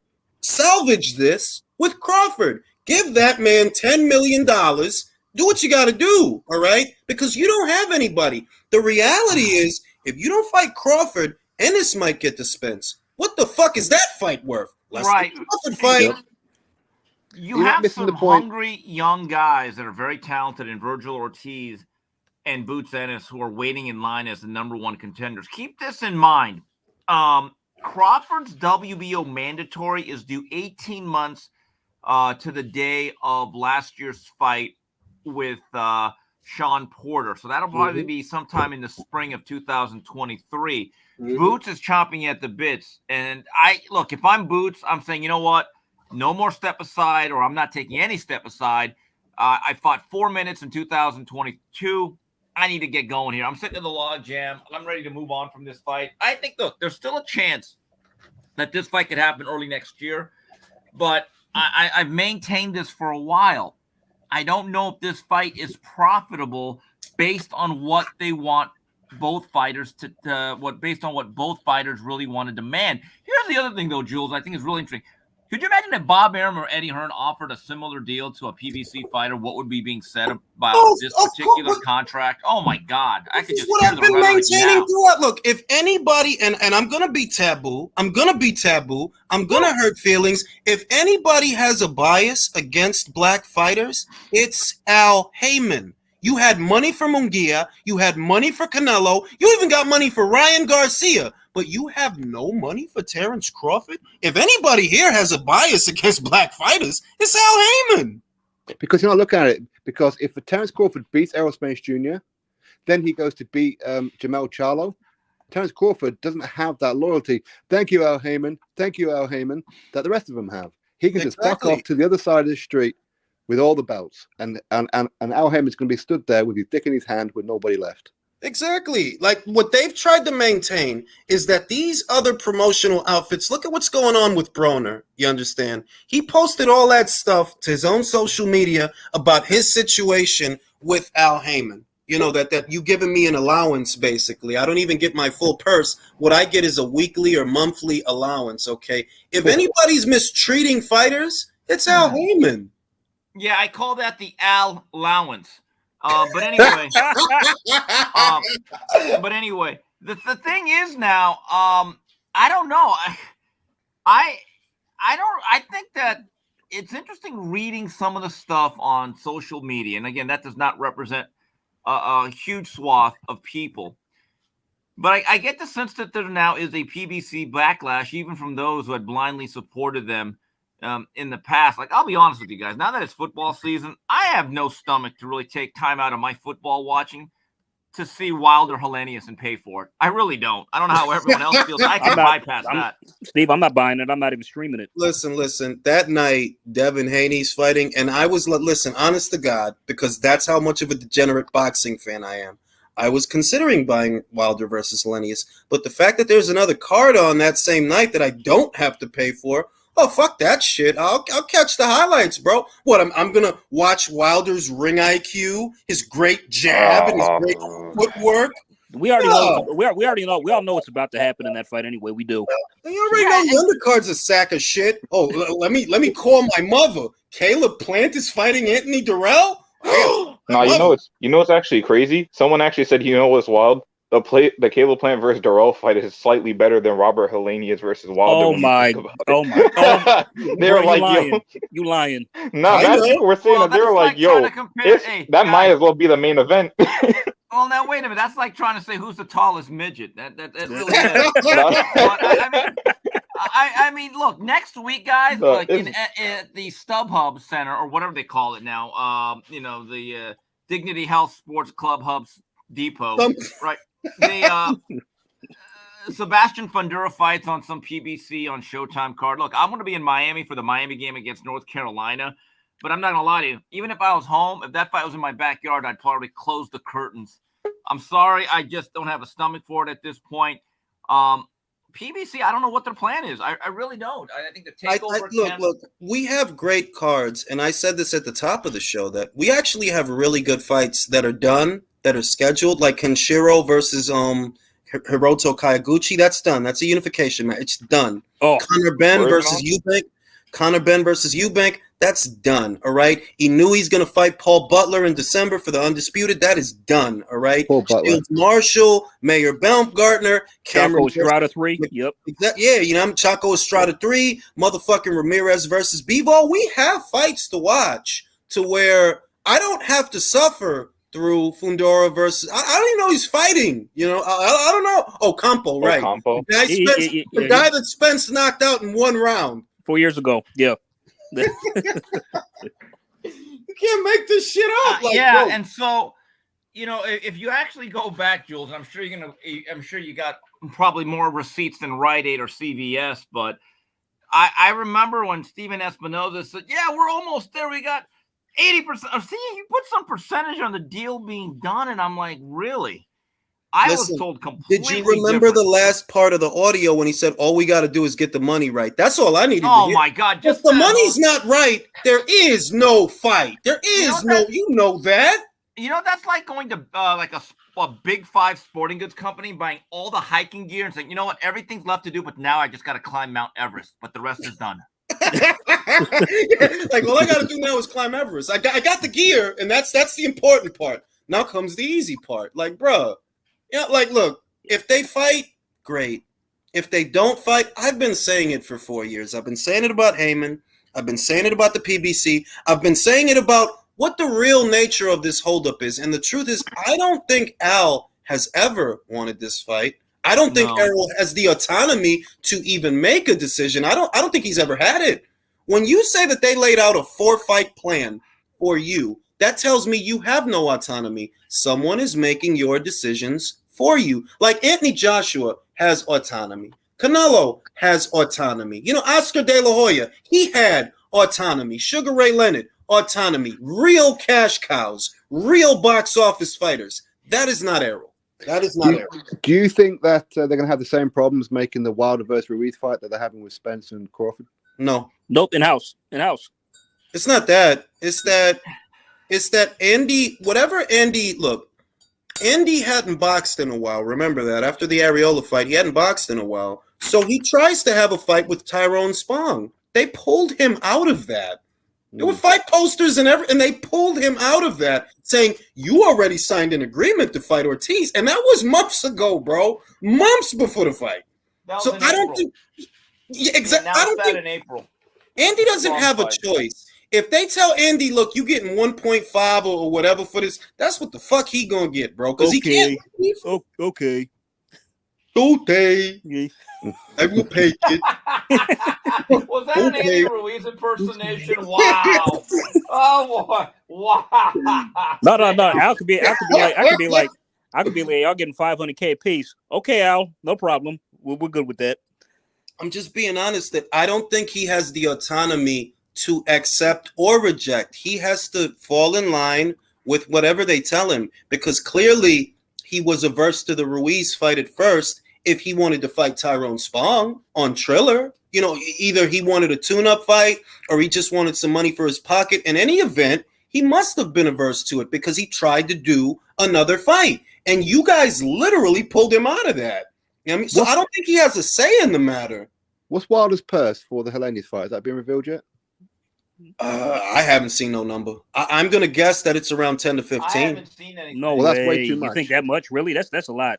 That's a lot. That's way too much. They could put that towards Spence. I don't think that pay-per-view does 200,000. I disagree, and this is why I disagree. We all saw Haney versus Kambosos one. You know, you don't lose any sleep over the rematch. You know, and Wilder has enough lunatics that it could do 300,000. You know, he's a knockout artist. He's a knockout merchant, commercially friendly knockout merchant. He don't have fans that pay pay-per-views. He has fans that streams the shit out of it. Mostly, like he'll never be a guy that hits 1 million. I'm saying, like, no, he's never gonna be that. But off of sentiment, you know, that Wilder's back and he knocks people out. Yeah, we'll make a night out of the shit, you know, because who the fuck wants to see Haney decision George again, except for me, because I'm gonna watch that. But you know, I could see Wilder doing 325. I could. I think you underestimate the cheapness of other people, to be honest. I do. Nobody's trying to pay 80, bro. But Wilder came very close to crossing over. He lost. That's why he didn't cross over. But he came very close. If you think about the numbers that the fight generated, never mind that they overshot it, but that many people were actually interested. Enough people came that there was 19 million at the gate. Enough people bought it at home that there were 800,000 pay-per-view buys. If you wouldn't have overshot it with the guarantees and the operational costs, this would have been your most successful pay-per-view. But that was the second fight. What's the third fight do, though? Well, you know, because he got the shit beat out of it. But that's what I mean, that if you wouldn't have got the shit beat out of you in the second, you would have been okay. Like, I mean, Jules, let's say he won. He actually won the fight or knocked Fury out. Then like, honestly, would have been okay. He'd have been fine. But also, do you think that would have encouraged that? Like, okay, let's do the Spence-Crawford fight then. No, because Wilder still works. Yeah. He's never going to hit that million, no matter what. People don't buy. Not like the look. You can get Usyk on a parachute in a plane to land in Tuscaloosa, Alabama, and do the fight. That fucking fight doesn't do 1 million. I'm sorry. Nope. It doesn't. Jules, Against Joshua, it might. Jules, in my view, if Canelo, whatever his numbers are, and let's say he did 600,000 U.S. pay-per-views. I know there's a lot of arguments. I'm not saying that. I have a theory. Whatever Canelo does on pay-per-view against a well-known opponent like a Golovkin for a third time, I don't think there's any other fight does even half those numbers. I really don't. I think that's the reality of today's marketplace with the streaming.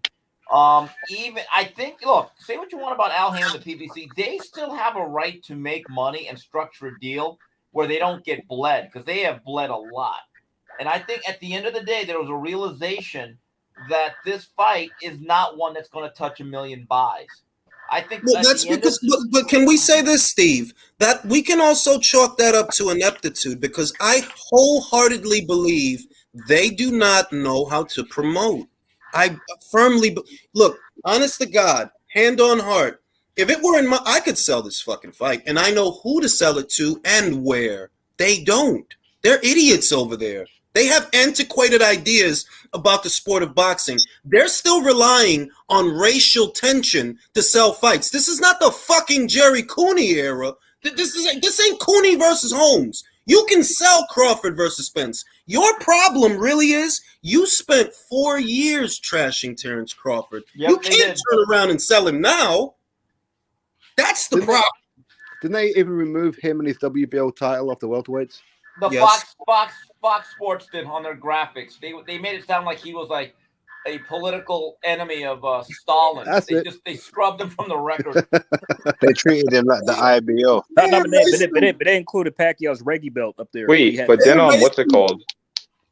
They erased him from the history books. I was gonna say, didn't they straight up like at one point say that they don't recognize the WBO belt as an actual title? Yeah.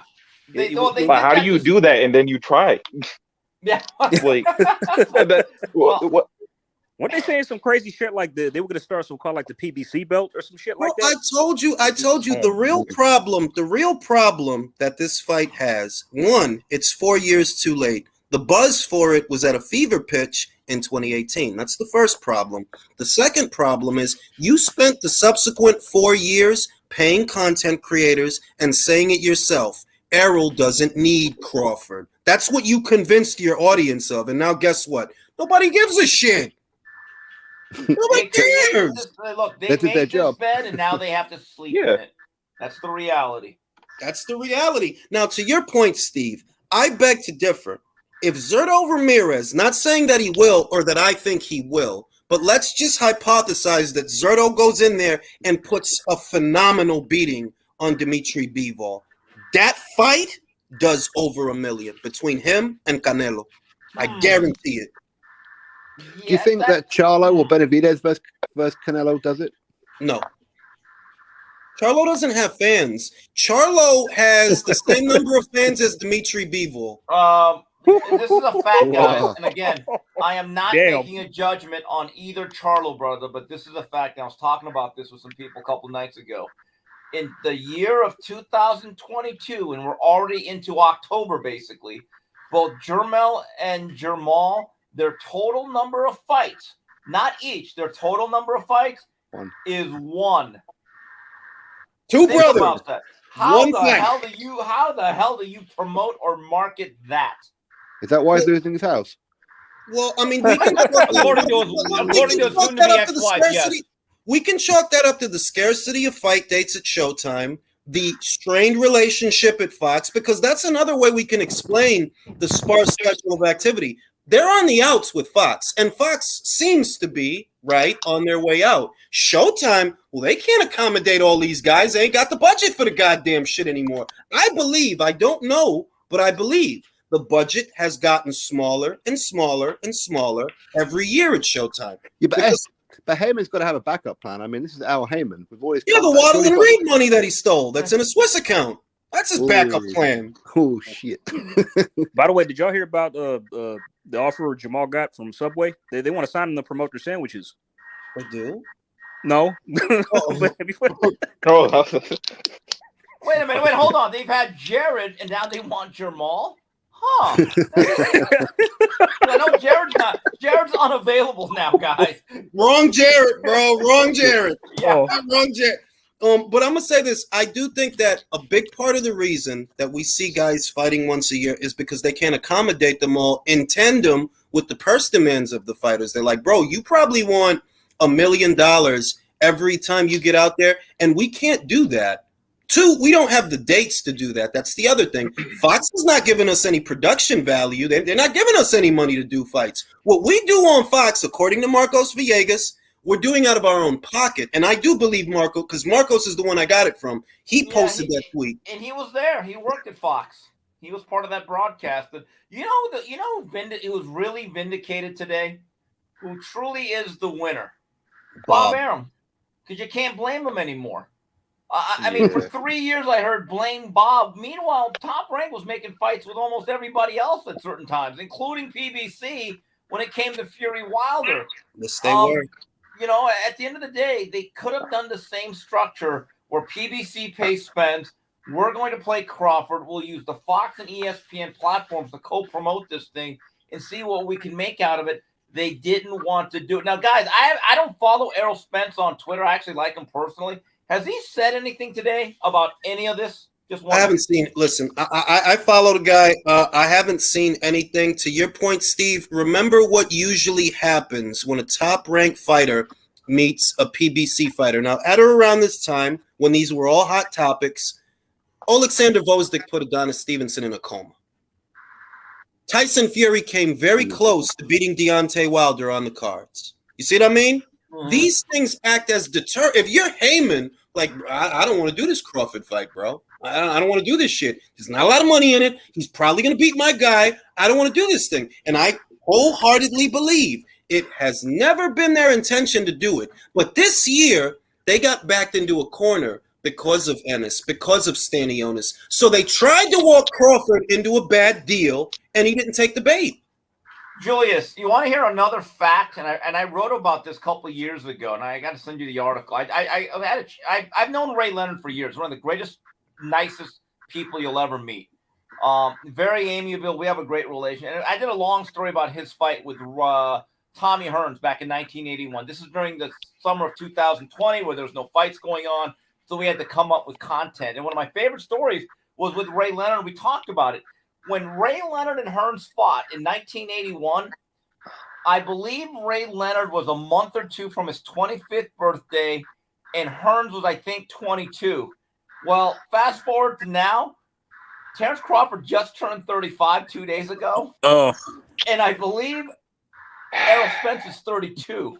Listen, these guys are getting Steve. These guys are getting prostate exams. They haven't fucking fought. I mean, so just think about how much this game has changed. Think about this. Oscar De La Hoya and Trinidad, when they fought as undefeated champions in 1999, you know they were each 26 years old. Bruh. Wow. Javante Davis is out here 27 years old. They still treat him like he's a fucking prospect. I mean, you could still do that with like. You know, so I'm just saying, guys, I think it's really interesting. The other thing I think that would have hampered the pay-per-view buys, and look, even if it happens, which it still might the first half, you never know. Here's the problem. Spence and Crawford have barely fought the last 3 years. Add up the number of fights. They don't fight that often. And I actually did this study. If you go back to Leonard Hearns, which is a different time and place, from 1978, because I use that as a cutoff point because that's when Leonard and Tommy both became 10-round fighters. So, but did you know from 1978 all the way to the time they fought in September 16th, 1981, as 10-round fighters, Tommy Hearns had 18 fights, Ray Leonard had 14. So in other words, the general public saw them a lot. Yes. They fought a combined 32 times. And what happened was, I remember I was in Korea as a kid, summer vacation. I went there every year. I think it was in June or July of 1981. The Armed Forces Network, which showed American programming, they had a doubleheader. It was Tommy Hearns against Pablo Baez. Ray Leonard actually moved up in weight and fought Ayub Kalule for a WBA 54-pound belt. But they had a double header, co-headliner, to basically promote the fight in September. So there was a real plan. There's no plan. But that's the way they used to do things. That's the way they used to do things. That the guy might be on the undercard. You get a look at him. You get to see him, what he can do, so that when we give you the fight, you know what you're dealing with. Now you've got bro, how are you supposed to sell inactive Charlo? You want me to get mad at Canelo, who has fought 5 times in the last 2 years, for a guy who fought once in the last 2 years? Jules, here's another thing. In about 7 weeks or so, it'll be 1 year since Crawford fought. I was at that fight. I think it was November 20th of 2021. Think about how fast time flies here. It waits for no man. Yep. And that's why Steve, that's why I don't want to get emotionally attached, because in the back of my mind, I know one of my favorite fighters is aging. And the next time I see him, he may be past his prime. That's why I don't want to get attached to this. I'm done, bro. I got my Chocolatito Estrada 3. I got my Hiroto Kayaguchi versus Kenshiro. I got my Shields Marshall. I got my Baumgartner Mayer. I already got my Taylor Serrano. I got my Bivol Ramirez to look forward to. I'm set, bro. I am cool. By the way, it looks like Chocolatito and Estrada is going to happen in Glendale, Arizona. I think there was an announcement made, or someone tweeted something that looked pretty official for December 3rd. I love it. And he knew he's fighting for undisputed in December. He's going to splatter Paul Butler. I got shit to watch if this shit don't happen. Hey, Steve, can I ask you something? Yes, please. When Ray Leonard fought Kalui, that was with the fight where he did a backflip and fell on his butt, right? I'm not sure about that. I do remember this. Ray Leonard missed a lot of punches. Kalule was a slick, awkward fighter, the southpaw, and Ray was getting very frustrated because he kept missing punches. Yes. I do remember that. I actually watched that fight. That was a pretty good fight. By the way, here's another thing that'll piss you guys off. One of my favorite fighters, and I like the young man as a person. I know his father real well. This is a fact. I'm not making a judgment. I'm the facts machine today. In 2022, Boots Ennis has been seen for 4 minutes in live action. Listen, 5 months ago. It's ridiculous. Steve, I brought up the kid from Mongolia 2 years ago, ahead of the Gary Russell Jr. fight. Tuksak Niambiar. You don't even get a lot of fucking. You don't get a lot of King Tut. You don't get a lot of fucking boxers from fucking Mongolia. They had that kid sitting on the shelf for a goddamn year. Doesn't even have 20 fights yet. Sitting on the shelf for a year. Boots. He looks like he's the goods. We've seen him for 4 minutes. That's crazy. I got a question for Steve. Yes. Now, you've been in boxing for a long time. Obviously, I'm a Brit, so I'm like way out of it as far as the American state is concerned for boxing. Level with me. Does Al Haymon really exist? Is he real? Is he a real person? Yeah. I mean, he's kind of like the Wizard of Oz, where it's like this frail guy pulling levers and buttons behind a curtain. He does exist. He no longer shows up to fights. He actually used to be seen in the first or second row. He rarely did interviews. I actually interviewed him 20 some odd years ago because there was an issue with Vernon Forrest, and he happened to call me. But he does exist. What's he sound like? I've never heard him speak. He kind of understated. Doesn't have a deep voice, but he, it sounds. My dealings with him were actually very cordial. But he's a very reclusive, very I would say almost eccentric guy. Like, he doesn't use any email. He's Howard Hughes, man. Right. I heard he still has a flip phone. The guy still has a flip phone. I wouldn't be surprised if he has a pager. Nah, he's trying to go off the grid if you got a flip phone in The 2022. 911 message. Yeah, I remember those days. All right, I actually heard, and I have this on good authority, that he's not a real person. He's actually a call center in Wyoming. He's not a real person. And wait, do you guys think if you say Al Haymon's name 3 times in the mirror, he'll show up? No, but I'll get an overdraft. No, if I say Al Haymon's name 3 times in the mirror, I won't see him, but I'll get an overdraft fee. Or if you say Al Haymon's name 3 times in the mirror, you're going to be inactive for 10 more months. That's what Fuck around. Real shit, yo. Like, look, man, I'm just calling a spade a spade. I feel that the decline in the American boxing scene that we have seen the last 6 years is directly related to Al Haymon. I firmly believe that. The featherweight division has stagnated, and Leo Santa Cruz is the catalyst. The welterweight division is stagnating. There are fighters, young, unbeaten fighters, that cannot get a title shot because who's got the belt? A fucking Haymon fighter, all right? The middleweight division, shot to shit. Charlo didn't want to fight Andre. He's waiting on Canelo. Bro, Canelo's not even at your fucking weight. What are you doing? They all suck. They're a dud. And when I think, if I go across divisions where I'm like, is this happening in just, no, it's happening to some degree in all these different weights. It happened at heavyweight with Wilder. You prioritized the Fury fight over the undisputed fight.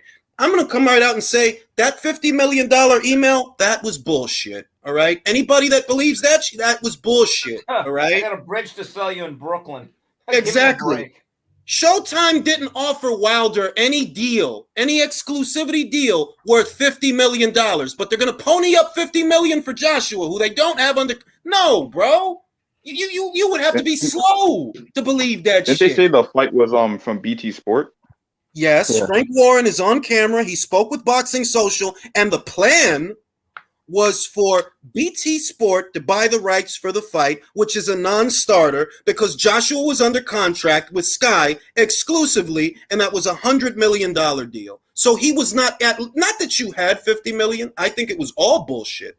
But even if you had it, he's not at liberty to take it. He's exclusively contracted to Sky. And even if Shelley doesn't know that, and the Americans don't know that, and Espinoza doesn't know that, Frank fucking knows that. That's why I think it's bull. Like, Frank, give me a break, bro. Yeah, Frank likes to act like he doesn't know these things. He doesn't. Hey guys, I have a question. Have you seen the ticket seating chart for Wilder Hellenius? Nope. It's less than a Canelo fight. I'm going to call it the Blue Sea because there's a lot of blue dots. That means the seats are not selling. A couple of my friends who are in the business that really keep track of it, I've seen it, and wow, a lot of, as they say, good tickets are still available. Listen, I'm going to give them the benefit of the doubt because, there's a lot of late money. There's a lot of people that decide to buy a ticket the week of, right? And maybe they're looking for the prices to come down. I'm going to give them the benefit of the doubt. I am. Because I think that Wilder came the closest of any PBC fighter to cross over. He came closer than Spence and closer than Gervonta Davis. And I think this thing's going to do okay. It's not going to do great, but it's going to do okay. Because it's not like you have to break the bank to get Robert Helenius in the ring anyway. You don't. Do you think that Tank Davis, firstly, is PBC's biggest star? And secondly, do you believe that Leonard Ellerbe and Floyd Mayweather make more money off Tank Davis than Tank Davis makes? That's hard to say. I think Tank is an attraction. I don't know if he's necessarily a star. You know what's interesting, guys? I had completely forgotten about that vehicular manslaughter thing that went on, because we hadn't heard about it for so long. I thought Al Haymon just swept it under the rug. I'm being told now that Tank Davis probably will not fight the rest of the year because of that impending legal situation. You think he'll go to prison? That I don't know. I mean, these things have a way of being cleaned up and bought off, but I thought it was really interesting that judge basically told Tank, no, get your ass back in here. Well, let's say this, Steve. We know what's levied against him. They say, I haven't seen the footage, but they say that there is CCTV footage of Tank leaving the scene. They say that there's damning testimony that one person involved in the accident actually saw Tank, and they're saying he actually looked at them and ran away. They saw him. So he's screwed. He's screwed. Well, I don't know, but it is bad. It is serious. It is serious. So Tank's going to be the new Broner. I'm telling you, Tank Davis is going to turn out to be the new Adrian Broner. It's 14 felonies, people. 14. I was reading something like one of the passengers injured was pregnant. Now she's like, man, she's never going to be the same again. Don't know if she lost her baby, but could this affect the Ryan Garcia fight? Yes, that shit is done. What do you mean? No, because look, all the conversations like Ryan Garcia, he's big on social media, obviously, and everything points to a December fight. Everything that they're putting out there. Everything points to a December fight. But I was wondering about that, Steve. Could this case affect that fight? Yeah, there are people telling me they don't expect, because I think his court date is December 12th or the 14th. I'm just like, geez, what a mess this is. But, I have always been very suspicious of the Ryan Garcia Tank Davis fight for one reason. The zone, if Golden Boy took Ryan Garcia off the zone and did not let them participate in this fight, it'd be the end of that relationship. You saw what happened with Charlo Munguia. That's De La true. Hoya flat out said, I've got to have them involved or we can't do it. And they didn't do it. That's true. Is it possible, guys? Is it possible that with the walls closing in now, where the fans are not going to be accepting Tank Davis versus Rolly Romero or anything like that, where the walls are closing in, that they want to see him take on Devin Haney, they want to see him take on Ryan Garcia and all these other guys, that maybe PBC, Al Haymon, Floyd, maybe they called the police. Let's lock him up for a little bit. Come away for a little bit, come back, and then maybe we'll get Rolly Romero too as a comeback. I mean, listen, look, we got to be honest, though. Floyd doesn't care about no goddamn Gervonta Davis, man. Like, if he really doesn't. Like, you can just, he's off in Japan, fighting. Doing his fake fights and all that. Yeah, and now he's fighting Deji. Like something seriously. My spider sense tells me something seriously fucked up is going on over there. I mean, didn't he hold his press conference on the same day? Like the same day as Tank's fight. The same day. Who does that? What promoter? Could you imagine Eddie Hearn doing a press conference for an exhibition the same day as a Joshua fight? Oh my God! Bruh.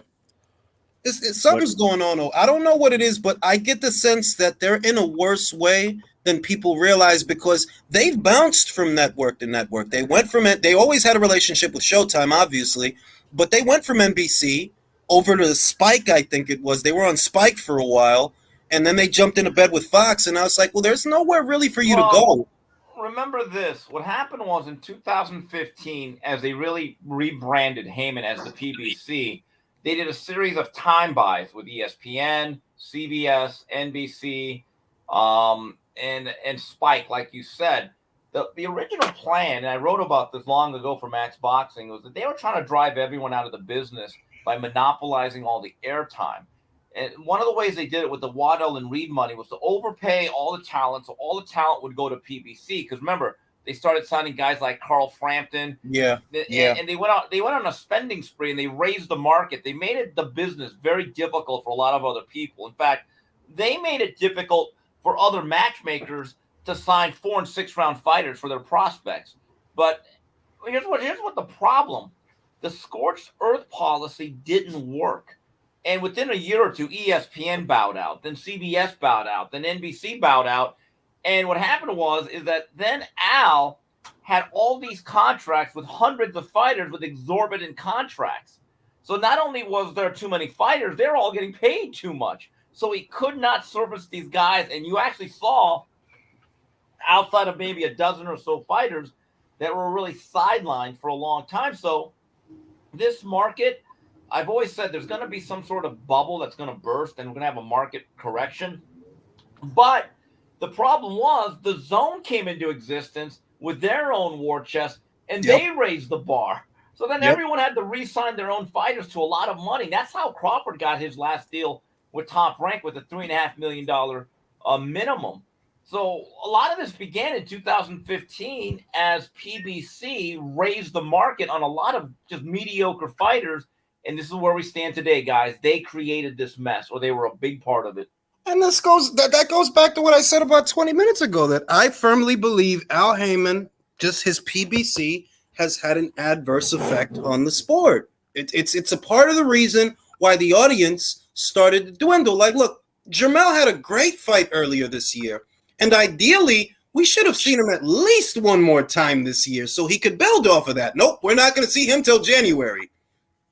It's like, come on, bro. So that means Jermell has fought literally once per year since 2020. Yeah, I'm just telling you, and combined, the Charlo brothers have fought one time in total this year. That's nuts, man. But Jamal, he didn't fight at all because he pulled out. Then I don't think he's going to fight. Right. Yeah, he got a back injury, which sounds to me like, listen, why the hell are we going to waste money on this show that nobody wants to see? Here, Jermell, here's $200,000. Go pay your bills. That's what I think happened. Fucking injury. I think, no, they threw him a little bit of money. Like, look, it's cheaper to just give him some money than to do this show. So let's just give him some money. Because he's got enough money to keep going to the club. Every time we see him now, he's in the club. Not enough to pay for BLTs, though. So. Are all the PBC fighters on like a month-by-month payday? They don't get all their money in one go after the fight? Do they all have like the Broner contract? They might. That's I'm wondering the rumor. if Al I don't know Haymon if everyone's owes out on so the much money, Al he may allowance, because some of them don't make that much money. Here's another thing that's really interesting. Look at Top Rank's young prospect stable. Shushu Carrington, Keyshawn Davis, Tiger Johnson, Jared Anderson, Abdullah Mason, Richard Most Torres. Of them, but those specific guys, a lot of them are Black Americans. Well, wait a minute. They're not signing with Al? Huh. Well, I mean, I noticed it with Haney and Shakur. Everybody was so convinced that Devin Haney was going to go to Mayweather. No, he didn't go to Mayweather. Everybody thought Stevenson was going to go to Mayweather. No, he didn't go to Mayweather. Right. And that was noticeable. And one thing is, Al, every company has to be able to sign young fighters every once in a while, because eventually your stalwarts are going to get old. They're going to retire. They're going to get knocked out. They might even leave your company. But you always have to have the next generation of fighters. And when I look at these top-ranked undercards, and I see kids like Raymond Mutataya, who's going to be a lightweight contender, guys like that, I'm like, Jesus, they're just bringing them out like an assembly line. Look, they got Zayas, they got the other Puerto Rican kid, Bauza, they got the Armani kid, like they got a whole, they got the flag bearers. Jones, don't forget about Berlanga. How could I? He's the Puerto Rican boxer I've ever seen. Yeah, let's forget about him. But anyway, I'm just saying, who is PBC's future journeyman? Ryo. Really Vito Melnicki and Joey Spencer? Is that who you're banking on to carry your company in 5 years? Yo, I saw Joey Spencer. That's one of the worst prospects I've seen in a minute, man. I don't know what it is. It's like he's so stiff, and he tries to roll the shoulder too. As an outsider, stiff. I said what you say. No, I thought you meant suspect, not prospect. I said this in the last. Joey Spencer is an homage to Marky Mark and the Funky Bunch. Well, I'm not getting good vibrations from him, Jules. I got a bounce. I'll be back. As an outsider looking in, I can honestly say that Top Rank, year after year, they're churning out like these prospects, turning out to be pound for pound fighters. Top Rank do that more than any other platform. That is their specialty, and I'll say this: within a couple of weeks, I think that they will have 2 more blue chip signees. I can't really tell you who yet, but I think one's on the verge, and I think these kids can be stars. Mark my words. Remember this: they're going to sign another blue chip prospect or 2, and I think they're going to be eye opening. Listen, Keyshawn Davis is already like I see a young Crawford in Keyshawn Davis. Yes, I see a young Crawford. I look at Jared Anderson, and I see a compact heavyweight that has the speed, mobility, and agility that the average heavyweight today does not have. All right, that kid, and they got that big Russian guy. Maybe he don't win a title, but he's going to beat the shit out of a lot of people. And people are going to like it because he's got a very small fucking head. He's got a huge body, but his head is very fucking small. He's a weird-looking guy, fun to watch. He looks like an orc from Lord of the Rings. He looks like a Goomba from the Super Mario movie. It does. Bro, like when Jules, when he came out for the Tack and Fight, so I never seen him like up close, but he looked like he was going to kill my family or something. He's the fucking lion, bro. But they got that Mobili kid that look. They have great fighters that can put on grit. So they're good. You know, I mean, they're good. But when I think about PBC, what do you got? Joey Spencer, you got Sebastian Fedora hat. The Cuban 68-pounder Morel, he's pretty good. He's a pretty good fighter. He's good, but look. I agree with you. I think he's good. When's his next fight? But the problem is, no one wants to fight him. He's poisoned everybody. That's the thing. Well, it's not. There is an issue there. But he's not busy. I bet Top Rank can get him fights. No, this is the thing. It's not even. It's more like he's not busy enough. Like he should have fought in this year because he doesn't have 20 fights yet. You see what I mean? He should have at least gotten out there 3 times before this year was out. Here's another thing. In immortal words, I'm going to be Kim Mo-D that irks my nerve when I heard. I actually like this fighter, and he's a good fighter. When Stephen Fulton had the fucking unmitigated gall to say, "Who's Rais Salim?" I don't need him. I wanted to say, "Who the fuck are you? You fought in front of a papered house in Minnesota. Don't act like you're Philadelphia Mayweather." These guys' sense of entitlement. I said the same thing, Steve, that I'm like, listen, you know, you've had enough time to get the MJ kid in the ring. I knew you weren't going to get him in the ring, but I didn't want to jump the gun and start criticizing him. Guy, Jules. That's a good fight. It's a great fight. It's the only fight at 122. The only fight to make is Fulton versus MJ. Japan to fight Inoue? Is that what you're saying, Jules? You're such a cynic. Oh my god. By the way, speaking of that, hey Steve, do you think that Fulton's calling out Inoue? Do you think he's serious about fighting him? No, I really don't. I think it's as the kids call it, it's clout. Yep, that's what I thought. That's what I thought. I wanted to believe Stefan. Because I liked the Angelo Leo fight, you know, and I like that he withstood the storm with Figueroa, and I do think he's a good fighter. But truthfully, what I see is a kid who was coaxed to call out Inoue. You're not going to Japan, and you're not going to go fucking Top Rank in this part of the that if you did it over there, maybe you could work something out. You know, maybe Amazon gets the rights to the fight in Japan, and maybe Showtime gets the rights here. You work something out. But being real, who the fuck expects Stephen Fulton to go to Japan? No, not me. Jules, I spoke to Todd DeBuff earlier today, president of Top Rank, and you know something that we and him discuss all the time. I love talking to Todd because you can disagree with them. We can throw stuff back at each other. And I asked him, can we get Inoue 3 times next year? And he said, yes. But here's the thing. He goes, Steve, keep this in mind. Inoue's Japanese/Amazon deal is huge. So if you're expecting 2 or 3 fights in the U.S., that's not going to happen. But, yes, we have actually had some discussions about, hey, let's get you out here 3 times. So I could see a scenario with 2 fights in Japan, 1 in America. Let's have more Inoue. We don't get enough of that guy. Listen, I'm looking into my Capricornian crystal ball. If MJ makes it through his next fight, because he has a mandatory due by way of the IBF, if he wins that fight, if he doesn't win that fight, whoever's standing at the end of that fight, they're going to Japan. They are next year. Yeah. They're going because there's no money in America for MJ, and I like him. He's fun, but you're not gonna make money here, bro. The biggest fight for you is Naoya Inoue upon his ascent to your division. Stephen Fulton, what's gonna happen? And I said this before. Inoue's gonna splatter Butler later on this year. Get that WBO title. At which point he'll be crowned WBO Super Champion, and he can move up and become Stephen Fulton's mandatory instantaneously. All right. Right. Stephen's not. But in the meantime, Stephen No. Fulton, I don't want to hear that Raees Aleem is beneath you. Give me a damn break. Aleem is a solid fighter. He's been on Showtime, and I believe he's pretty high in the ratings. Okay? Listen, he'd rather fight Figueroa 2 times than fight Reese Aleem once. Listen, Okay, And I think but here's the Fulton- problem. Yeah. He's probably not going to fight Figueroa before he ever gets to Aleem, though. That's the reality. And that's what bothers me about this guy. I mean, it I even think he's bothers going to me when vacate, Teofimo Steve. Lopez. I think he's going to vacate, God, and I think he's going to move up. I think he's going to vacate, and I think he's going to move up. That's what I see. Stephen Fulton, You know, he's Emmanuel not the Neverase, biggest all these 22 kind of pounder, guys. Jules. Stop Keep that in jacking mind. Tommy Ward.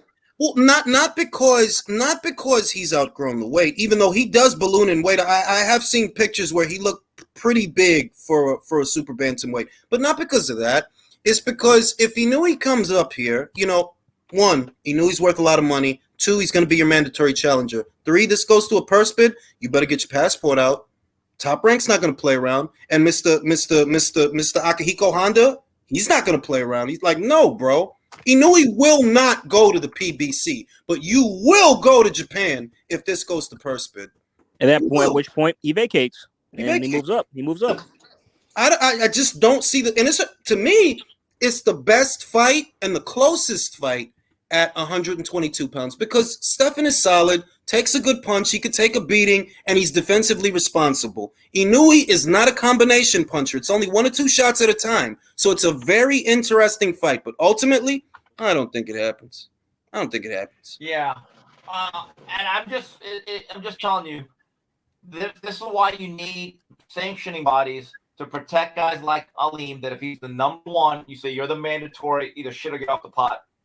Yeah. It's one thing for Canelo to say, hey, you want a payday or you're trying to glom off me. I get it. He's kind of earned that, and he actually has a real business. He has real revenue that backs up his claims. What in the hell has Fulton done except played in front of a papered house at the Armory? Listen, Seriously. Isaac Cruz thinks he's too good for Michelle Rivera. What? No, you're lying. I'm What? lying. You're lying, bro. There's no way. Bro, like, this is the story with those guys. You didn't beat, if you beat Gervonta, I could understand. You fucking lost. And then you knocked out Gamboa. What the fuck? You're too good for Michelle Rivera. And that's why those guys don't go anywhere. The go-to example for me is always my man, Jose Zapata. Fight of the Year candidate with Baranchik. Did that stop him from going to New York for Vargas? No. Nope. Knocked his motherfucking ass out too. That's how the fuck you supposed to do it. You got to earn your seat at the table. These guys have one decent fight. They don't want to do shit after. Like, no, I don't need him. I have too many fans to fight with him. You fight with him. I will not fight him. Oh, Jules, did you see that they announced the Regis? Well, the Regis versus the Pay to Fight got announced. Yeah, November. I think you said the Prograis of Pay to Fight got announced for the 26th of next month. Oh yeah, I know about that. I seen that. And I'm looking forward to that. That's about fucking time, man. I was starting to get worried. Yeah. Hold on, I got to get the door. Jay, sing us a song. All right, everybody. Y'all might be familiar with this tune. I like to sing it often. Here we go. We all need an Alicia that we understand. She gonna beat Michaela because she's wrong. That's a beautiful song, Jay. Did you write that yourself? Yes, I did. It took me all of 2 seconds. 2 seconds. Beautiful song. You know, and the bottom line before I close out my eye, I did. The bottom line before I close out this live is that no one on this panel, not sporting icons, not Ray, not Steve, not Jay, nobody's surprised that we are exactly here today where we were 4 years ago when it comes to Crawford and Spence. And that is, Jay, that is? Nowhere. By the way, Jules, before you close it out, I just want to give a thoughts and prayers to Ryan Garcia, who had an altercation with Gervonta Davis, who's it must be real tough, being 5'10", having your chain grabbed by a guy who's 5'2", 5'3". By a garden gnome. Yeah, that must have been real traumatic for him. So I hope he's not going through a tough time. Thoughts and prayers to him. Everybody pray for Florida and pray for Ryan Garcia. Yes, please. Everyone, it's been a pleasure. I'm gonna go touch my wife's butt now.